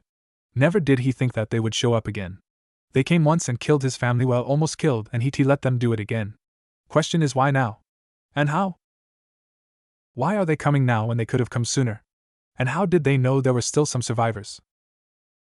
Kanami, come with me, but hide yourself. The old man paused. Also bring your katana and sealing kit just in case, he said. The now identified Kanami nodded. She ran off to get her things.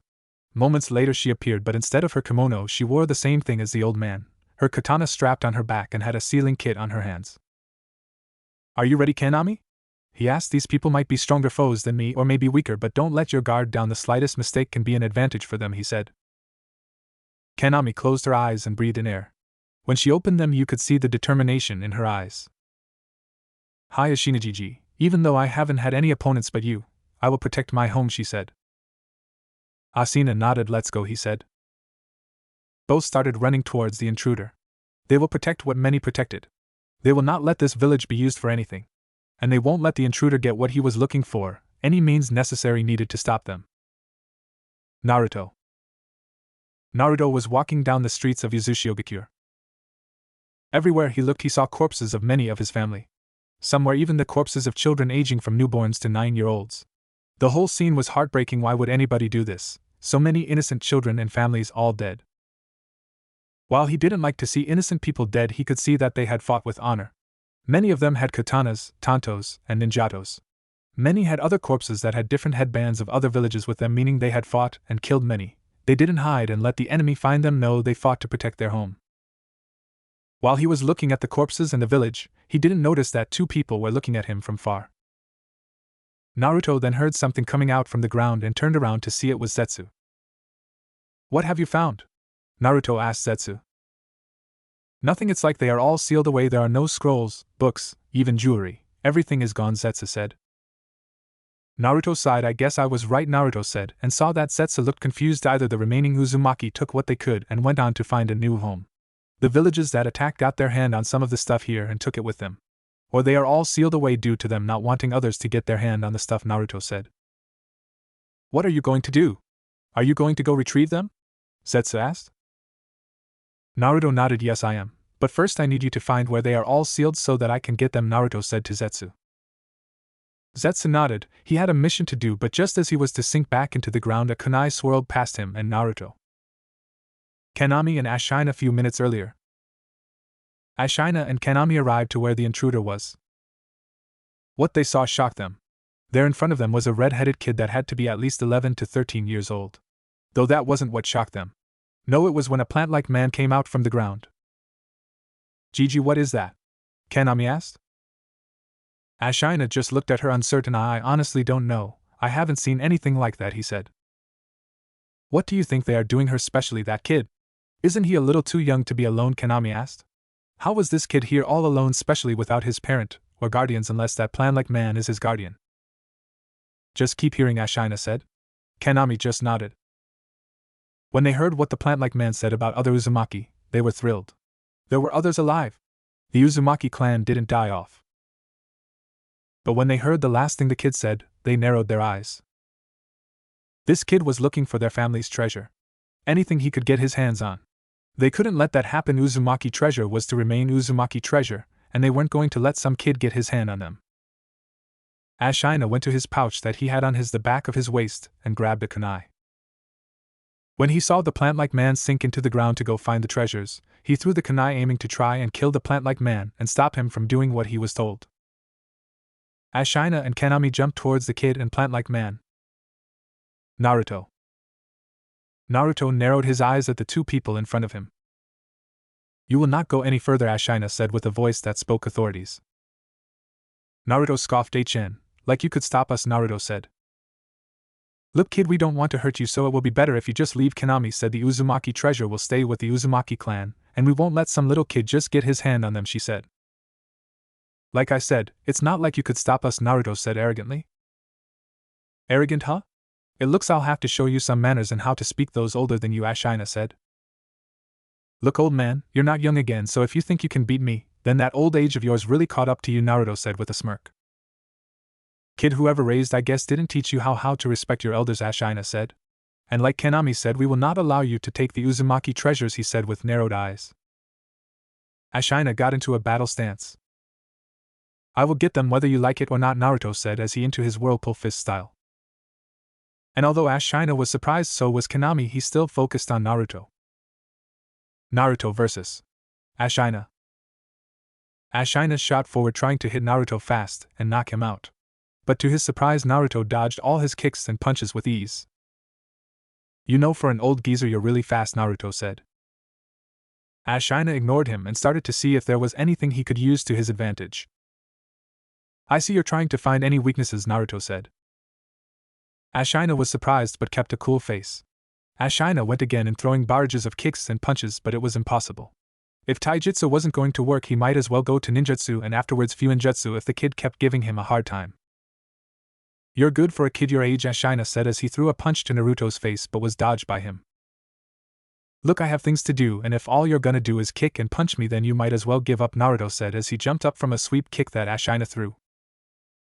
Ashina finally stopped his taijutsu battle and backed away from Naruto, who still looked bored. I'll never give up, Ashina said as he started making hand seals.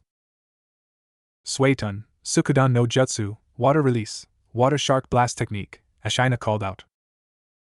A shark was sent towards Naruto at a charge, attempting to strike him with extreme bashing force as well as trying to rend him with its teeth. And as the shark got closer, Naruto just stepped aside, allowing the shark to miss him. Missed me by a lot, Naruto said with a smirk on his face. Ashina grunted as he started to weave hand seals for a more stronger technique. He wasn't going to allow some kid to beat him. Suiton, Suryudan no Jutsu, water release, water dragon blast technique, Ashina called out. A huge current of water suddenly came out of the water before turning into the shape of a dragon, which is then sent towards the Naruto. Although Naruto was surprised, he quickly moved out of the way. He knew that jutsu and he did not want to end up like his clones. You're really trying to kill me, huh? Naruto said, amused. Might as well entertain you. And without hand seals, Naruto suddenly called out Doton, Yomi Numa, earth release, swamp of the underworld. A large viscous swamp was created underneath Ashina. Ashina could see that he was stuck and couldn't move. Even with chakra on his feet, he was still stuck. He then Naruto called out again. Doton, Tsuchi Gunjakuda no Jutsu, earth release, earth military movement technique, he called out. Ashina then saw Naruto sink into the ground, only to suddenly appear before him. Like I said, old man, you're good but not good enough, Naruto said. Naruto's hand then went to his pouch so he could get a truth-seeking seal, but was stopped when he heard Kanami call out. Tairyu, halt. He then felt the seal get put on his back. And suddenly he couldn't exert any chakra, meaning he couldn't do any jutsu. Like I said, kid, I didn't want to hurt you, but you left me no choice, Kanami said from behind him. She then noticed Naruto smirk, and got a bad feeling come over her. Hiraishin no Jutsu, flying thunder god technique, Naruto called out. Both Kanami and Ashina saw Naruto disappear in flash of red and appear before them. That was good fuinjutsu but not good enough, Naruto said. You have a long way to go before you reach my level, he said with an arrogant smirk on his face. He turned around so his back was facing them and looked at Zetsu. Have you found them? He asked. End of battle. Hi Naruto-sama, while you were fighting we sent out a clone to find them, Zetsu said. They are located on the other side of the island deep within the ground. It is also surrounded by many seals in which you could easily figure out, Zetsu said. Kanami and Ashina widened their eyes. They'd been focused on the kid and the plant-like man, so how did he make a clone? But then they felt fear. Fear of this kid. He found what he looking and could easily unseal the seals that were on the safe. He was going to get the Uzumaki's treasure. Have you placed the kunai? Naruto asked, bringing them out of their thoughts. Zetsu nodded. Hi, he said. Naruto turned around to face them once more. As much fun as this was, I have things to do and get, he said, and just as he was going to activate the seal he heard Ashina call. Wait, Ashina said to him, since we just went into battle quickly. I never got to ask one thing. Ashina paused and looked at Naruto. Who are you? He asked. Naruto was silent for a minute before he responded. You know it's rude to ask someone's name when you didn't give yours, he said, chuckling, and saw that Ashina was about to respond. He raised his hand. Might as well give it to you, but you better do the same, Naruto said, and saw them nod. Naruto spoke as to who I am. Naruto paused before continuing. I am Naruto Uzumaki Uchiha Senju Namikaze, the son of Kushina Uzumaki, also known as Konoha no Akaishur, the Red Death of Konoha, and Minato Namikaze, also known as Konoha no Kiroi Senko, Konoha's Yellow Flash. Brother to Natsumi Uzumaki Uchiha Senju Namikaze, the Jinchuriki of Kurami the Kyubi no Yoko, Nine-Tailed Fox. Grandson to Madara Uchiha and Risa Uzumaki. Also grandson to Hashirama Senju and Himiko Namikaze, he said like it was no big deal. Ashina and Kamani were a whole different story though. Ashina just had a face of pure shock with some tears running down his face. Kanami on the other hand was sobbing. Naruto, utterly confused, still said, "You still haven't told me who both of you are." Ashina, still shocked and with a bit of tears still on his face, answered, "My name is Ashina Uzumaki. Husband to Takara Uzumaki. Father to Risa Uzumaki. Also grandfather to Kanami Uzumaki Uchiha and Kushina Uzumaki Uchiha. And your great-grandfather Naruto," Ashina said to Naruto, whose eyes widened a bit. Kanami was. Despite the fact that she had tears running down her face, she spoke, "My name is Kanami Uzumaki Uchiha. Daughter to Risa Uzumaki and Madara Uchiha. Sister to Kushina Uzumaki.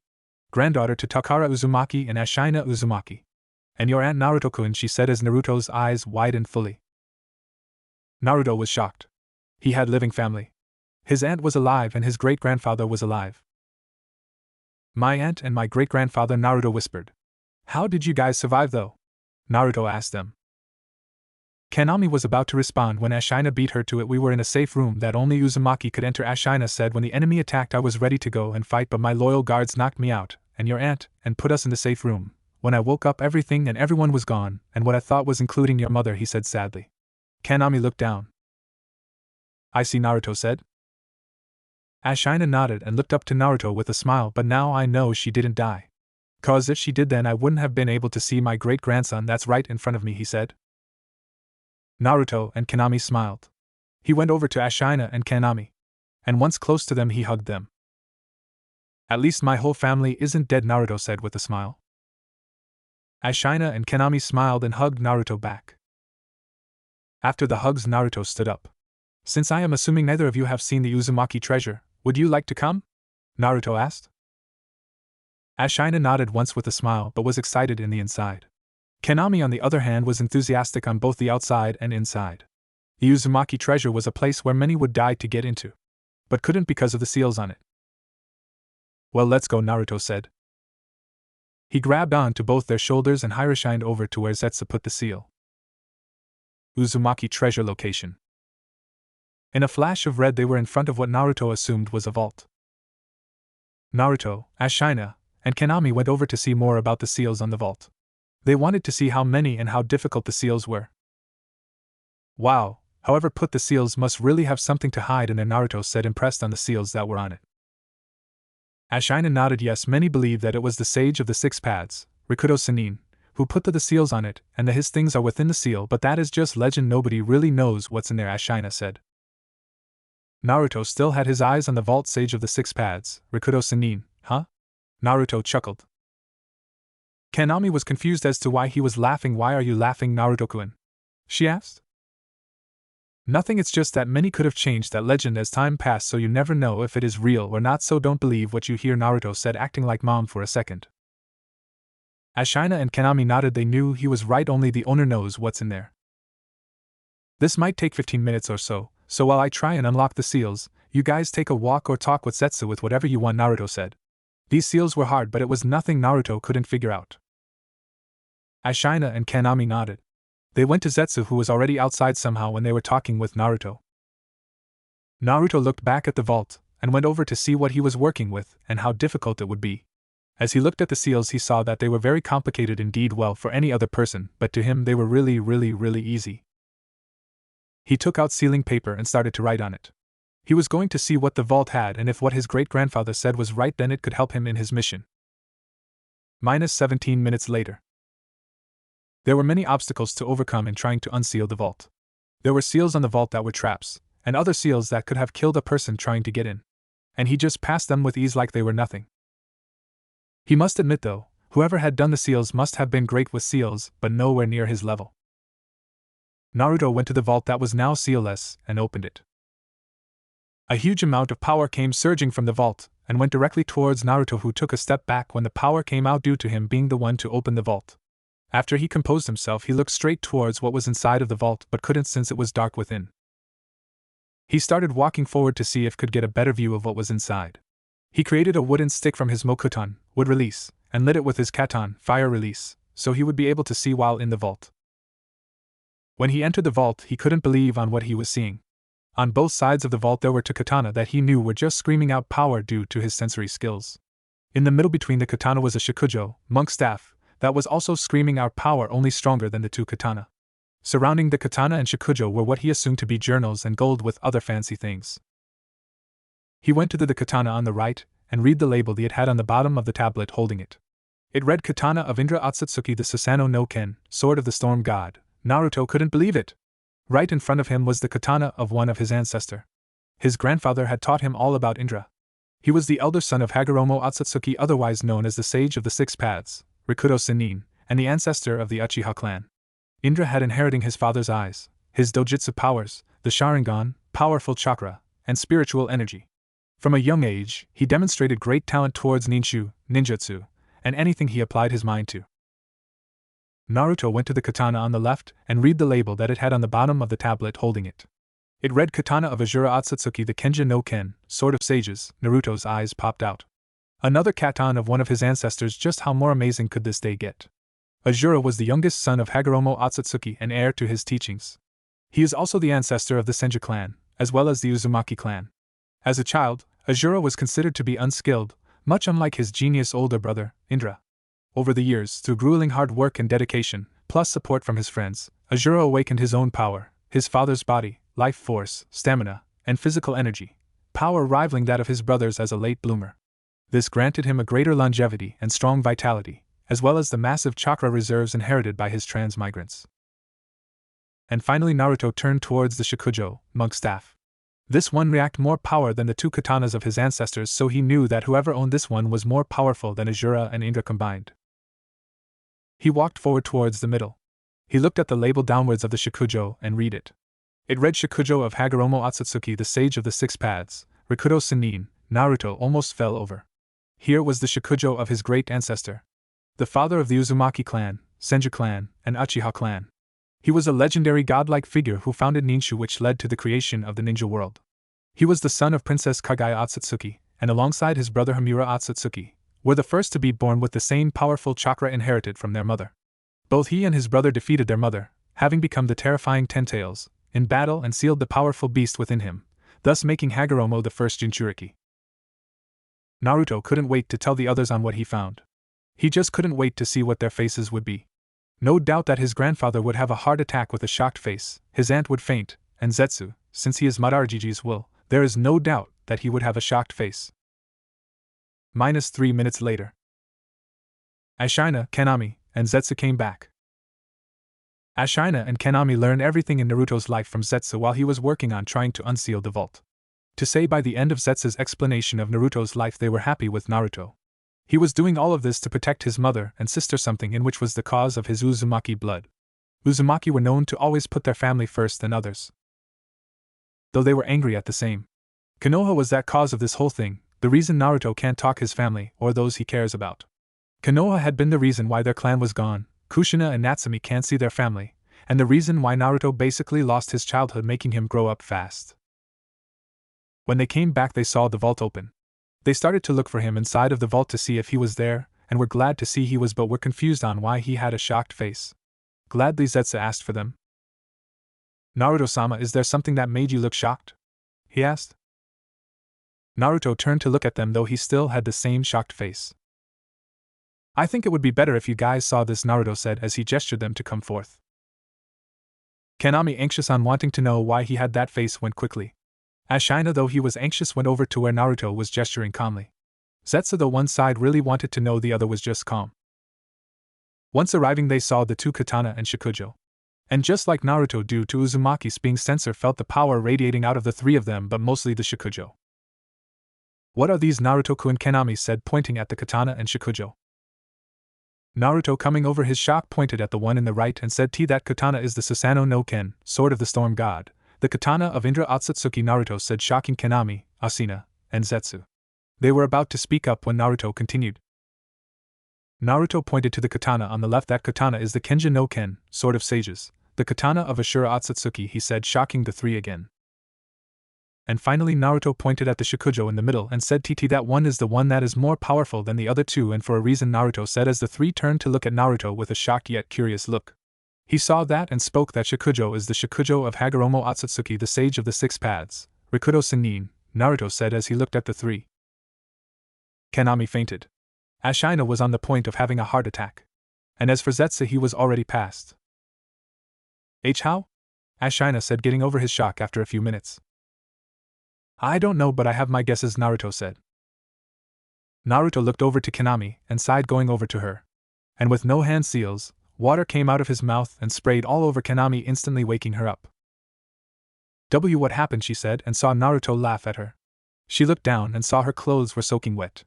She gained a tick mark and went over to Naruto, who was still laughing, and hit him on the head. After 5 minutes, they all got themselves together. So what now? Kanami asked. Naruto shrugged, as did Ashina. I don't know, Naruto said. Well, deal with this later and figure something out, Naruto said as he looked over to Zetsu and said, Zetsu, can you seal them away for me? Zetsu nodded and went over to the katanas and shakujo and brought out a sealing paper to try and seal the 3 legendary things, but shocked on the outcome that came in trying to seal them. Once trying to seal them, he was instantly blown back and hit the wall. The others were shocked and ran to try and help Zetsu. What happened? Kanami asked. Ashina got into a thinking pose from what happened. Indeed, he looked over to the katanas and narrowed his eyes. Zetsu eventually stood back up and responded to their question. It was as if they didn't want to be touched, because the moment we was 3 feet away we got blown away, Zetsu said. Naruto, Kanami, and Ashina narrowed their eyes. Naruto looked over to Ashina and said, Gigi, why don't you try? Naruto said. Ashina nodded and went over to try and seal the 3 things, but like Zetsu got the same results. When he was 3 feet away from the things, he was instantly blown away and would have hit the wall if Naruto didn't catch him. Damn, the same result, Naruto said as he looked over to Kanami and spoke, your turn, Obichan. Kanami nodded and went over to the 3 things like Zetsu and Ashina did. Once getting 3 feet away, she was blown away just like the 2 that came before her. Lucky for her, Naruto saved her, though if you would see closer on her face you could see a tiny blush on her. Damn, the same thing happened again, Naruto cursed. Ashina looked towards Naruto and said, Naruto-kun, why don't you try? Naruto looked over to Ashina and nodded. After putting Kanami down on her feet, he started walking towards the 3 legendary things. Once he was 4 feet away, he stopped. He looked back towards Ashina, Kanami, and Zetsu. You guys ready? He asked and saw them nod. Naruto took a step forward, ready for the force that would be awaiting him, but was surprised that didn't. He looked back towards Ashina, Kanami, and Zetsu, only to see them have a surprised face. Looking back to the legendary things of his ancestors, he started walking forward. Once close enough, he was about to seal the things, but quickly came out a thought, and instead of sealing them, he reached his hand out to try and touch them. Though the action quickly surprised the 3 behind Naruto, they said nothing and let him go on to see what would happen. Naruto reached for the Susanoo no Ken, sword of the storm god, and awaited to see if there was any action when he tried to reach the sword, but there wasn't. He grabbed the hilt of the katana and instantly felt power from the sword come surging through his body. It felt wonderful, but that wasn't the only thing that he felt. No, he felt a burning sensation on his left hand. He put the sword down back on the tablet, and quickly saw what was it that was burning his left hand. Though what he saw surprised him. On his left palm was a dark-colored, crescent moon-like marking. The power was basically radiating out of it. Naruto looked back towards the 3 behind him and saw that they were looking at him, surprised due to the power that came when he touched the katana. He looked back at the katana of Indra and picked it to then strap it on his back, with it leaning towards Naruto's left side. Naruto then looked to the right towards Azura's katana. Once going towards it, he grabbed the hilt of the katana just like he did to Indra's, and the same result happened. He grabbed hilt of the Kenja no Ken, sword of sages, and felt the power of the sword instantly come surging through his body, just like what happened before with the Susanoo no Ken, sword of the storm god. He felt the burning sensation on his right hand this time. He put the sword down back on the tablet, and quickly looked down to see what mark it was this time. Though this time, instead of a crescent moon, it was different. On his left palm was a light-colored, sun-like marking. He grabbed the katana and strapped it on his back like he did with Indra's, but instead of it leaning towards the left, it was leaning towards the right. And finally Naruto turned towards the shakujo of the Sage of the Six Paths, Rikudo Sannin. He looked towards the middle and started walking forward. This power that he was feeling from the shakujo was even more powerful than the 2 katanas. Naruto soon found himself in front of the shakujo. After a few seconds of admiring the work done on the shakujo, he started to reach and grab it. Naruto grabbed the shakujo by the middle of it. And just like what happened before with Azura's and Indra's katanas, power quickly came surging through him, though instead of a burning sensation he just saw his vision change. His vision was even more clearer than it was with his Sharingan. Wanting to what it was that made his vision change, he turned around to Ashina, Kanami, and Zetsu. Ashina, Kanami, and Zetsu gasped on seeing his eyes. What they saw was a ripple-like pattern which spreads over both eyeballs, with light purple sclerae and irides. Zetsu, Ashina, and Kanami instantly thought one thing once seeing the eyes of Naruto. They thought the Rinnegan, Sasura eye? Ashina eventually spoke up out of the three, and Naruto-kun, my boy, how do you have the Rinnegan, Sasura eye? He asked. Naruto went wide-eyed when he heard Ashina. He quickly digged into his pouch and pulled out a kunai. He brought up to his eyes and almost fell onto what he saw. His eyes weren't the same purple eyes as before, and instead were now the legendary dojutsu of the Sage of the Six Paths, Rikudo Sennin. He had awoken the Rinnegan, Sasura eye? Naruto looked toward the three and spoke. I think it happened when I touched the Shikujo, Naruto said. Ashina nodded. It seems that the power within the Shikujo awakened your bloodline, though instead of your eyes hurting it just awakened naturally with no effects, he said. The others nodded in understanding. Then Kanami brought up another topic. Wait, why didn't you get blown away like the rest of us?